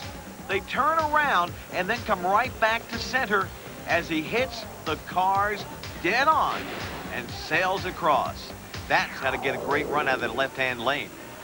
Now David Morris is over in the more friendly right-hand lane, and Gary Porter's stuck over in the left. This may make a difference in the outcome of this matchup. The trucks are staged. We wait for the green light, and there they go. They take off like rockets, guys. This is the Astrodome, not Houston Mission Control. Equalizer first into the turn. Watch Carolina Crusher, has to back out of it to make the turn. Equalizer opens up the lead, and the win goes to Equalizer. for round number 1, race number 5. The winner of this one faces Equalizer in round number 2. And Predator, qualifying 5th, will take on Mark Bendler's Kodiak. Kodiak qualified a disappointing 10th, but he's been working on the truck. We may see an entirely different stance out of him this time. Again, he is in that left-hand lane. He goes against the Predator. Both trucks are staged. We wait for the start. Green light will signify the start. There they go. Cutting a good line is the Predator. Mark Bendler's Kodiak has trouble on the line. Predator is over and going into the turn. The rear steer kicks in. Kodiak goes into the turn. He has to back out of it to make it, but it's too late. Predator is already across the finish line. Kodiak was with them. They're staged. Let it happen. At the start, Equalizer cuts a green light. Predator is caught napping. He's going to have to work hard to catch the Equalizer. Into the turn. Equalizer's first there. They come around. Equalizer turns it on. He buries the Predator. Crusher lost in round number 1. He's back in round 2 as the fastest loser. Let's see if he can make it up as he goes against the Digger. On the start, both trucks cut a great light as they come around and go into the turn. Digger with a slight lead. He's already there. And Carolina Crusher backs out of it. The Digger, whoa! Dennis Anderson almost turns it over, but saves it. You say you don't believe your eyes? Let's see it again. The Gravedigger comes up and over the cars and across the finish line, and then the rear end comes around. He almost turns the Gravedigger over, but Dennis Anderson drives it through and he saves the Digger. We're staging for more round 2 action as Taurus takes on Kodiak. Mark Bendler's Kodiak has been having some problems. The truck weighing in at slightly more than 10,400 pounds, pushing out 1,200 plus horses. Taurus, a new breed of truck, right in at the minimum level of 10,000 pounds with 1,300 screaming horses. Taurus driven by Jackie Willman. Mark Bendler up in Kodiak. Willman has Taurus over in the right-hand lane. And a great hole shot for Taurus. Mark Bendler's playing catch-up in Kodiak. Taurus is already into the turn. He comes around as Kodiak just goes into it. Kodiak cannot catch Taurus as Taurus gets the win. Taurus is already heading to the pits to cool down when Kodiak's just finishing. Is the Ford Invader. And he has got his work cut out for him as Ray Perkowski will take the Invader against the world champion Barefoot. Barefoot piloted by Fred Schaefer. The truck, 10,000 pounds with a Keith Black Hemi to power it with 1,500 horses. The 11,000-pound, much heavier Invader has 1,300 horses powered by a Chevy to get it across that finish line. Can he do it? We'll find out. The Invader takes on the world champion Barefoot here in Monster Wars, the Houston Astrodome. This is definitely going to be a showdown. Barefoot has that preferred right-hand lane with the left turn. They stage, they go. Barefoot gets an entire almost 1 second hole shot over Invader. Did Invader have problems or was he sleeping? Into the turn. Barefoot's already around. Invader's just approaching it. Barefoot wins it. Whoa, look out! Barefoot almost loses it. After the finish, Barefoot almost turns it on its side. Fred Schaefer. And there goes Barefoot. He's being pulled out, and in comes the Invader. Invader, Ray Perkowski, takes the truck back onto the track. He's in that left-hand lane to take Barefoot's place against Jack Willman's Taurus. Taurus Invader. The matchup set to go. One of these trucks goes to the finals. Taurus, average time of 14.71 on this track. Invader's time, 19.68. Now, Invader is a much heavier truck, a much older truck. But can this veteran driver outpower the young Jackie Willman? Jackie looks over. We wait for the green light. And showtime in the Houston Astrodome. Invader right off the line, and Taurus stops. Taurus cannot get started. Invader. Now Taurus gets going. Can he catch up? Invader's already around the turn. He may be. Yes, he will be the first truck to win in the left-hand lane all night long. And Taurus has problems. He loses. The two heavy metal monsters come to stage for our second semifinal round, one knowing they're going to the finals, the other one to the showers. The Gravedigger, Dennis Anderson, average time of 13.85 seconds on this track tonight, and Equalizer, an average time of 15.83. David Morris powering the Equalizer, and Dennis Anderson up in the cockpit of Gravedigger. Both trucks want this win very, very badly. Who's going to do it? Who will take on Invader in our finals? There they go. Pretty even at the start. Equalizer with a bit of a lead. We follow Dennis Anderson's Gravedigger up and around. They go into the turn, and Equalizer has the lead. Equalizer wins it. Equalizer takes out the Digger with the truck that really shouldn't be here, Invader. Invader has had a tough night tonight. He lost to Taurus. He lost in round 2 to Barefoot. And then Barefoot could not start. He defeated Taurus in the semifinals. Equalizer and David Morris has been plugging on all night long. He defeated Carolina Crusher, then took out the Predator, and finally the Gravedigger in the semis. He's worked his way up, and now he faces Invader, and there they go. Invader with a great hole shot. Equalizer has a little bit of a lead, and now Invader takes the lead. Going into the turn, they're neck and neck. And oh, Invader turns it over. Equalizer gets the win. Equalizer wins. Ray Perkowski turns the Invader over. He's working his way out of the truck. He's okay. He's okay, but he lost the race, and he is one upset driver. Invader had a good shot at taking out the Equalizer and winning it all. And then the dreaded turn. The left lane gremlin strike right here, and he turns the Invader over. Equalizer is gone. He's out of there. Invader is still rolling. The front windshield comes out. They say everything is done big in the Lone Star State, and the world record monster truck jump-off contest on November 19th, 1994 was no exception. With action more spectacular than a Texas shootout, these trucks blasted through the air at distances well in excess of 70 feet, minus a few spare parts. But it was the legendary Bigfoot who turned the Astrodome into the Johnson Space Center when Dan Runte launched his Ford a record 109 feet 4 inches. That's a 572 Ford Hemi propelling 10,000 pounds of metal, fiberglass, and fuel 109 feet 4 inches. Bigfoot's record would last until 1996 when Fred Schaefer and Barefoot set the new market 119.2 feet, also inside the Astrodome. One of a sold-out Astrodome crowd. Now check out Lyle Hancock, who filled in for the injured Tony Farrell of Wild Thing.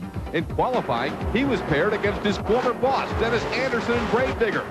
Hancock was a driver for the Gravedigger team for Dennis Anderson until they had a falling out. So you knew there may have been a little more at stake than just a race between these two. In fighting for the win, it was Hancock actually having Wild Thing ahead until the 4-link bar broke that caused that rollover. Hancock was okay in this crash, but the truck was done for the night as the Digger moved on. Scott Stevens and King Crunch got a little squirrely off the crushed cars here, just avoided getting T-boned by Reptoid and ended up against the safety wall. Believe it or not, with the race victory. In the next round, he faced Jesse Berge and playing for keeps. Berge's 1993 Chevy was a little wide on the corner and was unable to recover. Now, Reptoid, who was the fast qualifier, faced off against Gravedigger. Dennis Anderson gets disqualified for knocking out the track pylon, but he promised the crowd of 48,000 he'd be back for freestyle. Dennis, there's one opportunity for you to come back tonight. You know what that is, buddy? That's freestyle. We're going to go out there and tighten up our nuts and bolts. I'm going to cut that old panel truck loose out here. All right, you heard it. Digger will be back! Reptoid and King Crunch meeting in a rematch. King Crunch comes out smoking on the U-turn course in a photo finish to beat out Jim Jack. On the other side of the grid, it was all Tom, Madman Mintz, and Monster Patrol. After he sent Survivor packing, he then destroyed Busted Loose and moved into the semifinal round versus Alan Pizzo and Predator. Now, Predator had defeated Unnamed Untamed in round 2, and then Predator knocked out the always dangerous Ford of David Byers and Snakebite to advance into the semis. Off the start, Mintz stays low to the ground and pulls out to the early race lead. But Monster Patrol then fell behind and had to stage a comeback. In a mad dash to the finish line, he beats Predator for the victory. The Chevy wasn't going to hold back when it came time for the finals against King Crunch. Now, Mintz has the pedal down low and is burning up the Astrodome course. Even though Crunch's engine was revved high, he just couldn't keep up with Monster Patrol, and it was Monster Patrol coming away, earning the hard-fought victory. Now, remember Dennis Anderson saying that the Digger would be back for freestyle? That's freestyle. We're going to go out there and tighten up our nuts and bolts. I'm going to cut that old panel truck loose out here. And Digger didn't disappoint the 48,600 fans.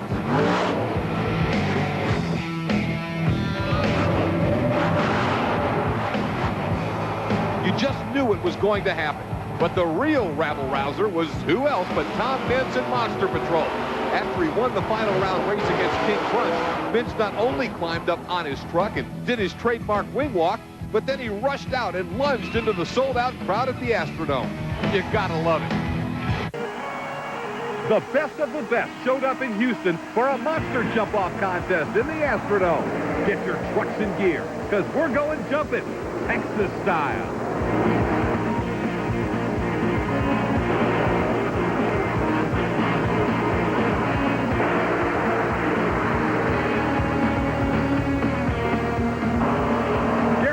Carolina Crusher took control with an 89.73-foot lead, but there was one more contestant to go. Eric Meager and Bigfoot drops the hammer on the big jump, sailing to a jaw-dropping 94.18-foot photo opportunity in the Lone Star State.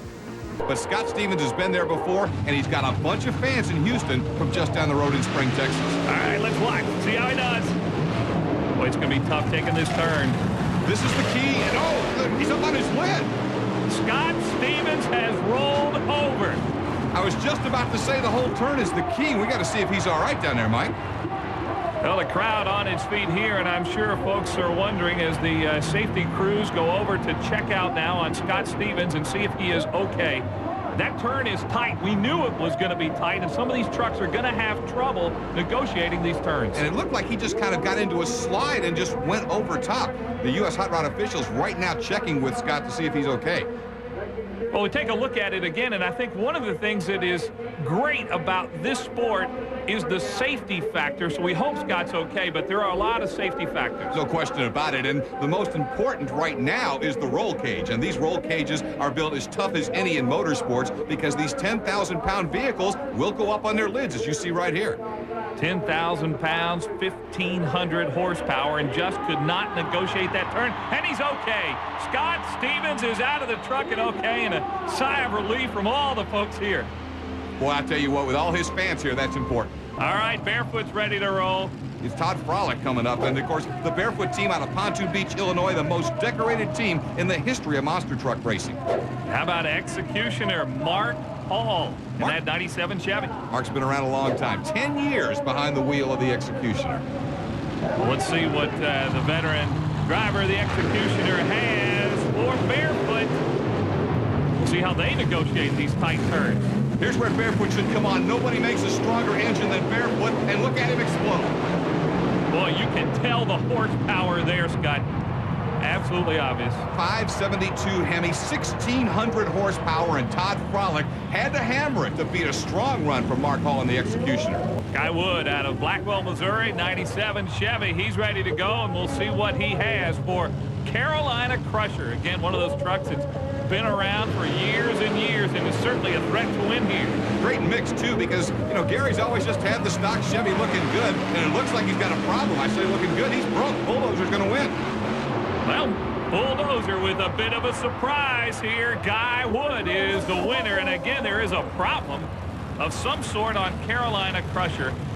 And I know that Gary Porter has got to be a little bit disappointed. Gunslinger ready to go, Scott Hartson. He's a gentleman who's been around a while and definitely can get down the track with the big boys. Maybe not one you've heard of as much as a Carolina Crusher or a Gravedigger, but he can go. How about one of the veterans, Dan Patrick? Dan Patrick always brings top equipment to every race he's at, and you gotta love the muscle-bound Samson design. This is one of the best design trucks. I love the look of Samson. We'll see how it does against Gunslinger here. See if he's got the muscle to take on the Gunslinger. Into the turn, they look pretty even, so it's going to be horsepower to the finish. And Samson's got it. He flexes the muscle, and a great run for Dan Patrick. Well, Dan Patrick is known for building those engines, and he built a good one for tonight here in the Astrodome in Houston. Now, Gravedigger, one of the real favorites. You know they came to see the Digger in Houston. Pablo Huffaker, handpicked by Dennis Anderson to join the Gravedigger team, and what an outstanding talent Pablo is. He goes up against Jack Caverna, an experienced veteran, a little down in horsepower, as you'll notice from some of the other guys, but we'll see how Cyborg does. The Gravedigger, I don't care where monster trucks run, always seems to get the loudest applause. And Gravedigger looking strong here. Gravedigger, if he can just max that throttle down here, he's got it. Gravedigger on to win here in this qualifying round, and he will advance on, and that's really no surprise. Yeah, but that was really a blowout, and I think what's interesting is how well Pablo got the first half of the course and made a great turn. Right now, we're moving on to the next round of monster truck action with the Executioner and Monster Patrol. Well, you see the police lights just blaring from Monster Patrol. That's a throwback to where this team got its genesis from, and that was the old Mud Patrol mud racer. Now Mark Hall will try to knock him off. And he's the fastest qualifier from that first round, so Executioner getting another shot here. See if he can hang with the Monster Patrol, the big, powerful Chevrolet, and Tom Mintz, who gets around turning courses brilliantly. Tight race. Boy, Monster Patrol pulls it out. Barely. That was tight. Monster Patrol and Tom Mintz, your winner. But he had all he could handle coming down the stretch there. You got to tip your hat to Mark Hall and the Executioner. We talked about the fact that he has a veteran in this sport, and he has had a lot of success, but you don't see him up in the names of the Gravediggers and the Monster Patrol sometimes. Mark's showing us he can run with anybody. All right, Bulldozer up next, and he's got his hands full with Barefoot. Todd Frolick is one of the new generations of drivers, 4 years in actual competition, but the team has literally decades of experience driving for the group out of Pontoon Beach, Illinois, with more world championships than anybody. And it looks like down the stretch, oh, Barefoot really has some muscle there. What a run. That's what we talked about the first time he came out. If he gets around that turn and is in any kind of shape to win. Monster Jam, what a matchup here. Dan Patrick and Samson against Gravedigger. Boy, this is going to be a dandy. I'm on the edge of my seat for this one. Pablo Huffaker putting the Gravedigger to the line. We talked earlier about the power and the strength of Samson, but Gravedigger looks great on this course, and look at him make this turn. Wow, Gravedigger got through that turn magnificently, and he has horsepower. He wins going away. What a run for Gravedigger. He may not be the strongest truck in terms of all-out power and horsepower, but he's getting such a great start, Pablo is, and he's handling the turns better than anybody else I've seen. It's going to be a dandy. Tom Mintz brings the Monster Patrol to the starting line out of Paxton, Illinois. The big Chevrolet will square off against that powerful Dodge, and as you saw last week, Todd Frolick can make Barefoot fly, especially on the second half of this race course. This is going to be a great matchup. The winner goes to the finals. It's really hard to pick who would be a favorite in this, I think. No, I think it's an absolute toss-up. Here we go, showtime. Good start by Barefoot, and he's stronger on the second half of the course. And again, we're on this U course, so that turn is very important, and they are in a dead heat. Who wins? It's pretty tough to tell there. It is, but the word coming down is that the win goes to Barefoot. I think we're going to get another look at it in a moment because it had to be a photo finish. Barefoot and Monster Patrol actually crossed the finish line at virtually the same time. I mean, this is hundredths of a second separation. I was going to say, if you could see Barefoot winning, you got a lot better eyes than I got. That was as close. And there is Digger, who he was talking about. Yeah. Todd, be careful what you wish for because you just may get it. Pablo Huffaker pulls to the line against Guy Wood and the Bulldozer. By the way, when they officially ran those times, 9.04 for Barefoot in that last round was the fastest run of the entire event. Let's see what Gravedigger can do as they come off the line. And at the start, Gravedigger looks pretty strong, but Bulldozer keeping right up. Who's got the horsepower? It's going to be Gravedigger. You know, the Dennis Anderson-based Gravedigger team always prides itself on being able to adapt to any course, and driver Pablo Huffaker has really taken to this course. I mean, start to finish, he has looked the best of any of the trucks. Got through the turn well and then showed that great horsepower on the home stretch to pull away and really win rather easily. So it'll be Gravedigger and Barefoot. And there is Pablo Huffaker and Gravedigger. He is going up against Todd and Barefoot here in the finals.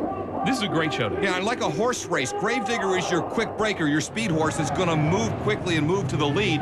But Barefoot's the closer. You've seen how strong he has been throughout this event on the back half of the course. If Barefoot wins it, it'll be on that last jump.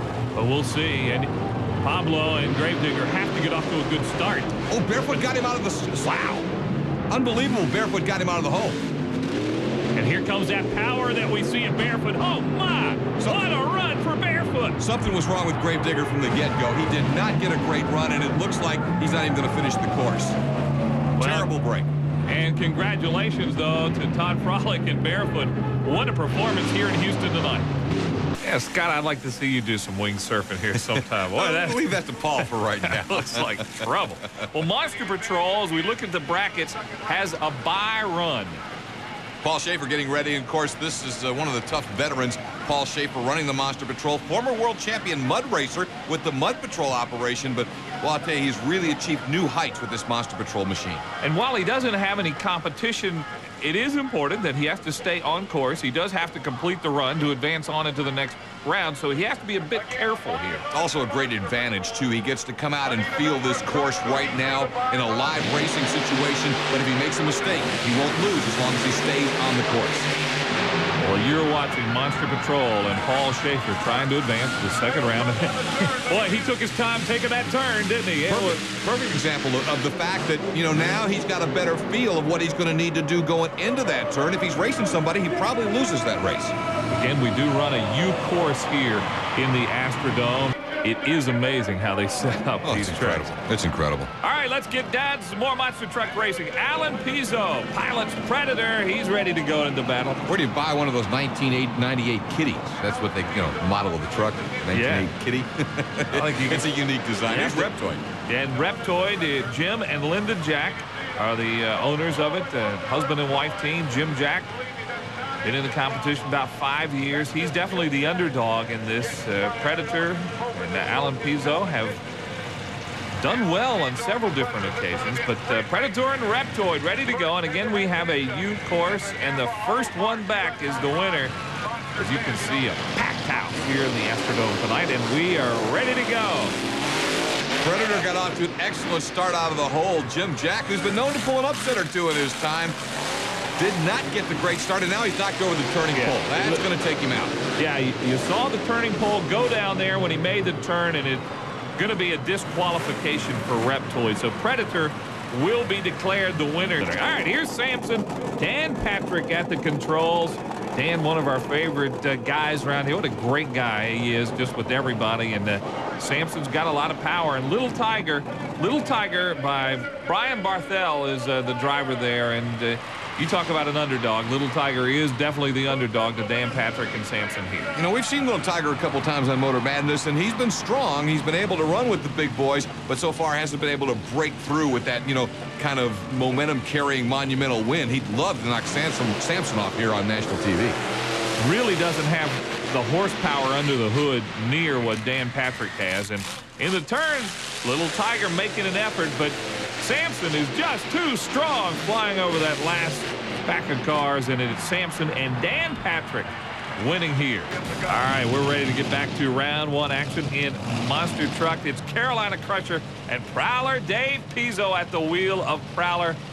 He's ready to go. Teammate of the Predator, so they run as a team, and for years he actually ran with in the Predator machine. Now they have two. As you can see, the start pole hasn't lasted long tonight. Dave Pizzo ready to go. He'll look at the lights, though. Won't worry about the start pole. Gary Porter, one of the all-time great veterans in this sport. Out of Wadesboro, North Carolina, which is kind of near Rockingham, and North Carolina Motor Speedway there. And Carolina Crusher, always a fan favorite all over the country, but And Prowler, I love the look of this truck. It is awesome a great new looking machine. truck. Absolutely. But Crusher is one of those that has gone to the roots forever. It's been a stock Chevrolet, a stock appearing Chevrolet, and I think that's what so many people love about Carolina Crusher. Gary Porter, just a no-nonsense guy. He just goes to win. All right, now it's horsepower as they're making the turn. It looks like it is all Carolina Crusher. Whoa! Oh, my. Oh, no. Wow, listen to this crowd. They're going nuts. And so Gary's all right. The top of the machine is sheared, but you can see the roll cage held intact. So let's keep an eye out as Gary is moving around, and that looks good. The U.S. Hot Rod officials right on the scene talking to him. Everything looks okay, and the word we're getting is he's okay. But, you know, it just maybe was too much horsepower at the end. He really hammered the last shot. He really hammered that throttle down that after he made the turn. And then I think trying to get stopped a little bit, he just, we'll look at it again, he just went over as he got up on one wheel. There it is. He comes over. He's so hot when he came up over that last jump. He just could not get stopped right, and he landed on those two wheels and went over. What a tough break for Carolina Crusher. You just never know. Sometimes it just takes a weird bounce to get you started the wrong way. He knows he's in trouble. He's trying to power out, but he's in the point of no return at that point. So a big break for Dave Pizzo. Gunslinger and Scott Hartsook at the controls going up against Barefoot. Hartsook has been running well, but he's got his work cut out for him. Well, as we saw in Motor Madness, he won in San Antonio. He won in Indianapolis. Goes up against the guy, though, who won the first time we were here in Houston back in early January at the start of the year on Motor Madness. Todd Frolick with that huge Keith Black Hemi engine inside the Barefoot from Pontoon Beach, Illinois. And some of these trucks do run better in certain courses and certain arenas than others. Absolutely. And here in Houston, watch out for Barefoot. We're going to keep an eye on him right now as Frolick pulls to the line. The Slinger's been hot, but again, Barefoot kind of figures this is his home place. He's had great success here. Set a world long jump record in this building, as a matter of fact. Gunslinger gets up a bit on those back wheels. That's going to hurt his time a little, and it is indeed. Gunslinger back behind. He is not going to win. It is Barefoot. Barefoot takes it here in round one. Todd Frolick. Well, there is a flag behind Gravedigger. We've been talking about this for a couple of weeks, that checkered flag that's been hidden and traveling around, and well, it's kind of boldly displayed right now, isn't it? It's been brought back out, and now Dennis Anderson is going to try to keep it, because if he gets beat tonight, somebody else is going to take it with him, or if he gets beat next week. Whoever can get the flag away from him is the key, and Scott Stevens would like to be the first to do it. Yeah, you saw a shot of Scott Stevens, and he's getting a little help, something not quite right on that machine, so there's some few adjustments right before he rolls off here. Scott Stevens already in the cockpit there, and there's Dennis Anderson. We documented early in the show the repairs that had to be made after the accident last week in New Orleans. Dennis Anderson and Gravedigger. It is missing a headlight, but as Dennis said, it's 99.9% ready to rock and roll here tonight. Headlight's not going to slow the Gravedigger down, and we'll see exactly what percentage his racing capability is. You know, King Crunch looks like he's going to be okay. Basically what happened, he pulls to the line, and the U.S. Hot Rod officials, as they do on all trucks, test the remote ignition interrupter that lets him shut down a truck should it get in trouble by remote control. For some reason, he couldn't fire back up, and you see he got a lot of help from Alan Pizzo and Predator and others. Great start by Dennis Anderson and Gravedigger. He's in the turn. This is where he's strong. Digger is out in front as they make the turn over that last set of cars, and Gravedigger, for right now, is going to hold on to that flag. Dennis Anderson, a little battered and bruised, but he's okay. Last week's flip didn't hurt the racing ability of the Gravedigger. I'll tell you what, Scott and I have been thrashing a little bit up here in the booth tonight, getting ready to go. But we're ready now, Monster Patrol. Paul Schaefer set to go into battle. And he is a strong one against Predator and Alan Pizzo. Quarterfinal round action. Remember, Monster Patrol got that bye run in the first round to get a feel for the course. Predator had to get out there and war with Reptoid, so we'll see how they come into the second round. We will see. And Monster Patrol, this is, again, his first competition. You'll remember how easy he took it in the turn, tiptoeing around. Predator and Alan Pizzo is going to give him some competition here. So this is not a lock at all for Monster Patrol. He's now got to really go concentrate and focus, unlike when you have a bye round and there's no competitor out there beside him. Just awesome to be here in the Astrodome with Pace Motorsports. Every seat in the house full. And I'll tell you, you want to see some great action tomorrow and Sunday. The Monsters are jamming in Fresno, California at the Fresno Fairgrounds. Fun to watch them there. We get ready for Monster Patrol and Predator. Predator got out of the gate well, but look at Monster Patrol come on. And let's watch them in the turns as they take it. That's Monster Patrol there. He is not taking it like he did that first run. Monster Patrol. Wow, he got some air. Oh, my. And the crowd loves that. Monster Patrol wins. Paul Schaefer. What a run. I'll tell you, at the end, I thought he was going to be our next man in no man's land. He got kind of on two wheels, but you can see Paul is thrilled about it. There is a problem on the truck. I'll tell you what, we'll have to see how the thrashing goes in the pits here in a minute with Monster Patrol. Something broke off on the truck there at the end of the run. Again, Paul has that wing, and I think that helped hold him down when he got in trouble there. Dan, Patrick, and Sampson now has to go up against Dave Pizzo and the Prowler, the winner into the semifinals, along with Monster Patrol. All right, Dan Patrick with a lot under the hood. As you can see, there's a lot of Sampson fans who are here in the Astrodome tonight, ready to cheer him on, and he also has a go up against one of the Pizzos. Dave Pizzo and Prowler, and again, as I said, I like the way the Prowler really looks. It's got a great look in that truck, but so does Sampson. It does. Sampson's got that. It looks like it's got a lot of muscle there. And then inside the cockpit, Dave Pizzo still trying to kind of earn his way up the ladder. Dan Patrick, one of the best, and he's going to try and pull the upset right here, but Patrick is always double tough to beat. Let's see how Sampson runs now. All right, that is Sampson down at the bottom of your screen, and whoa, there is trouble in the turn. Sampson is going to win, but Pizzo just could not get his truck turned around. Again, up on two wheels. We're seeing that a lot tonight as the momentum in the turns really carrying these guys into some precarious situations. Pizzo had to let off to get the truck to settle back down, and Dan Patrick was gone after that. And here in the Astrodome, we're ready for more round two action. It is Barefoot and Gravedigger. You got to wonder about Barefoot, Todd Frolick, who won here last time. There's that flag. You see the checkered flag next to the Digger flag? That's what Gravedigger's trying to hang on to. But it's not going to be easy for Dennis Anderson. He doesn't have a machine that's 100%. And Todd Frolick, remember, won here the last time we were at the Astrodome. So I think Dennis Anderson has his work cut out for him. No question about it. It's interesting you're seeing this in the second round to show you where we're at. I can't tell you how many times these two have met in a championship race over the years. Here they're just trying to make it into the semifinals because of this all-star cast in the dome. Both get off to a great start. We'll see how they do coming down into the turn. Barefoot strong there. So is Digger. This is Digger's strength in that turn. Gravedigger is going to win. Oh, my. Todd Frolick got up on two wheels a little bit going over those cars, but give Dennis Anderson some credit. You hear the crowd in the background. Gravedigger advances on. You see those skull and crossbones flags just like the Digger has on his truck in the stands. I mean, those things are everywhere. The kids all have them because they're Digger fans, and they're waving them on what was a great race. You know, both those drivers did a tremendous job at the end of the run to save the trucks. Both had a little problem at the end. Sampson has a way of getting into finals. He'd love to break through here in Houston, get a championship, but the first thing you got to do is get to the finals. He'll have to beat Monster Patrol to do it. There's Paul Schaefer. You notice that wing on the back, and you see some of the fans here getting fired up, and the muscle look of Dan Patrick and his truck as well. Both are ready to go. Semifinals. This is where they'll really be focused. Cameras going down now.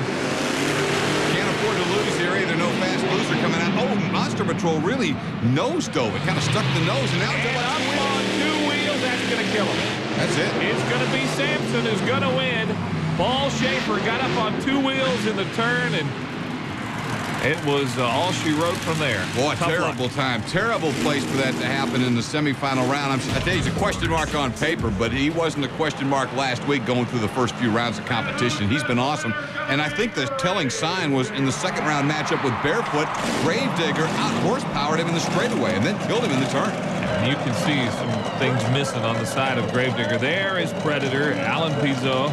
He's got to be primed, thinking that he can upset this crowd and Dennis Anderson. Look at all the Digger fans who are here in the Astrodome tonight for this semifinal run. When we think about it, these trucks running for that Pace Motorsports $100,000 championship point fund, Predator's got a great chance to make up some ground here. But it was an awesome start by Dennis Anderson. He's up on two wheels in the turn, but holds it straight. Great job by Dennis Anderson, and Gravedigger goes on to win to advance to the finals. Listen to the crowd. He's falling apart here.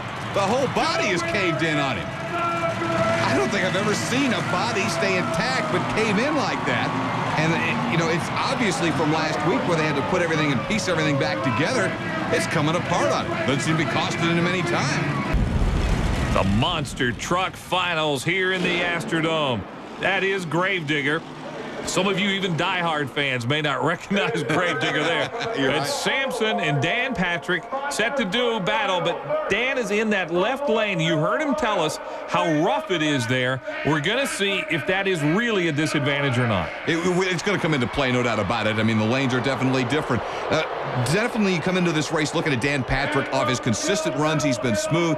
Dennis is that spectacular type of driver. He's really flamboyant. He's really going to go for it, as both drivers discussed. They know Dennis is going to give it everything he's got, and I think Dan Patrick may have hit on something. As Gravedigger fans have never been able to see Dennis that well in the truck, but Dan Patrick hit on something. He said, if I can get the lead in the straightaway and make Dennis push, he wants Dennis to see him out in front, hoping he'll overdo it. Really, Dan feels that the only way he can win this is if Gravedigger makes some kind of mistake, which Dennis Anderson doesn't do very much. So we'll have to see if Anderson can maintain his focus here and really concentrate, especially as he gets down towards that turn, which is going to be absolutely critical, Scott. Dennis has never jumped into a race that he didn't go all out to win, but I have just watched him tonight, and I've got to believe that bringing the whole flag concept back and him once again flying that flag that is going to now be significant of who wins a TNN Motor Madness event has just got him to take it up another level, to raise the bar a little bit more. He's not going to give that flag up without a fight. No, he's not. And you see the skull and crossbones. You also saw that checkered flag.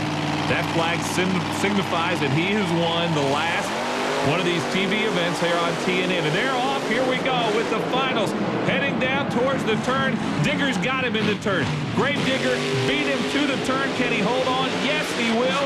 That rough left side track, just too much for Dan Patrick to overcome. How about a little freestyling? We're going to both these guys get out on the track because the fans love it after the race to see the trucks just put on a show. And that's what we're doing right now. Gravedigger and Sampson, two-man freestyle. Well, one side of Gravedigger doesn't look too bad, but the other side, boy, you can sure get a good shot of Dennis Anderson working the steering wheel inside the cockpit of that machine. Nobody does freestyle like Anderson, as we saw last week, and we're seeing again tonight. And he is just, he has no fear. He'll go anywhere. He'll tear anything up in his path, and that's what the fans have come to really love as the checkered flag stays on the Gravedigger this time around. Wow, look at the air. Digger really can get some air, even when he has no sheet metal on his truck. He can really get up there. Freestyling with Digger. It's what they came to see here in the Houston Astrodome tonight. How's that for sliding safely into second base? There he is. Dennis Anderson, the champion, as Houston stands in appreciation.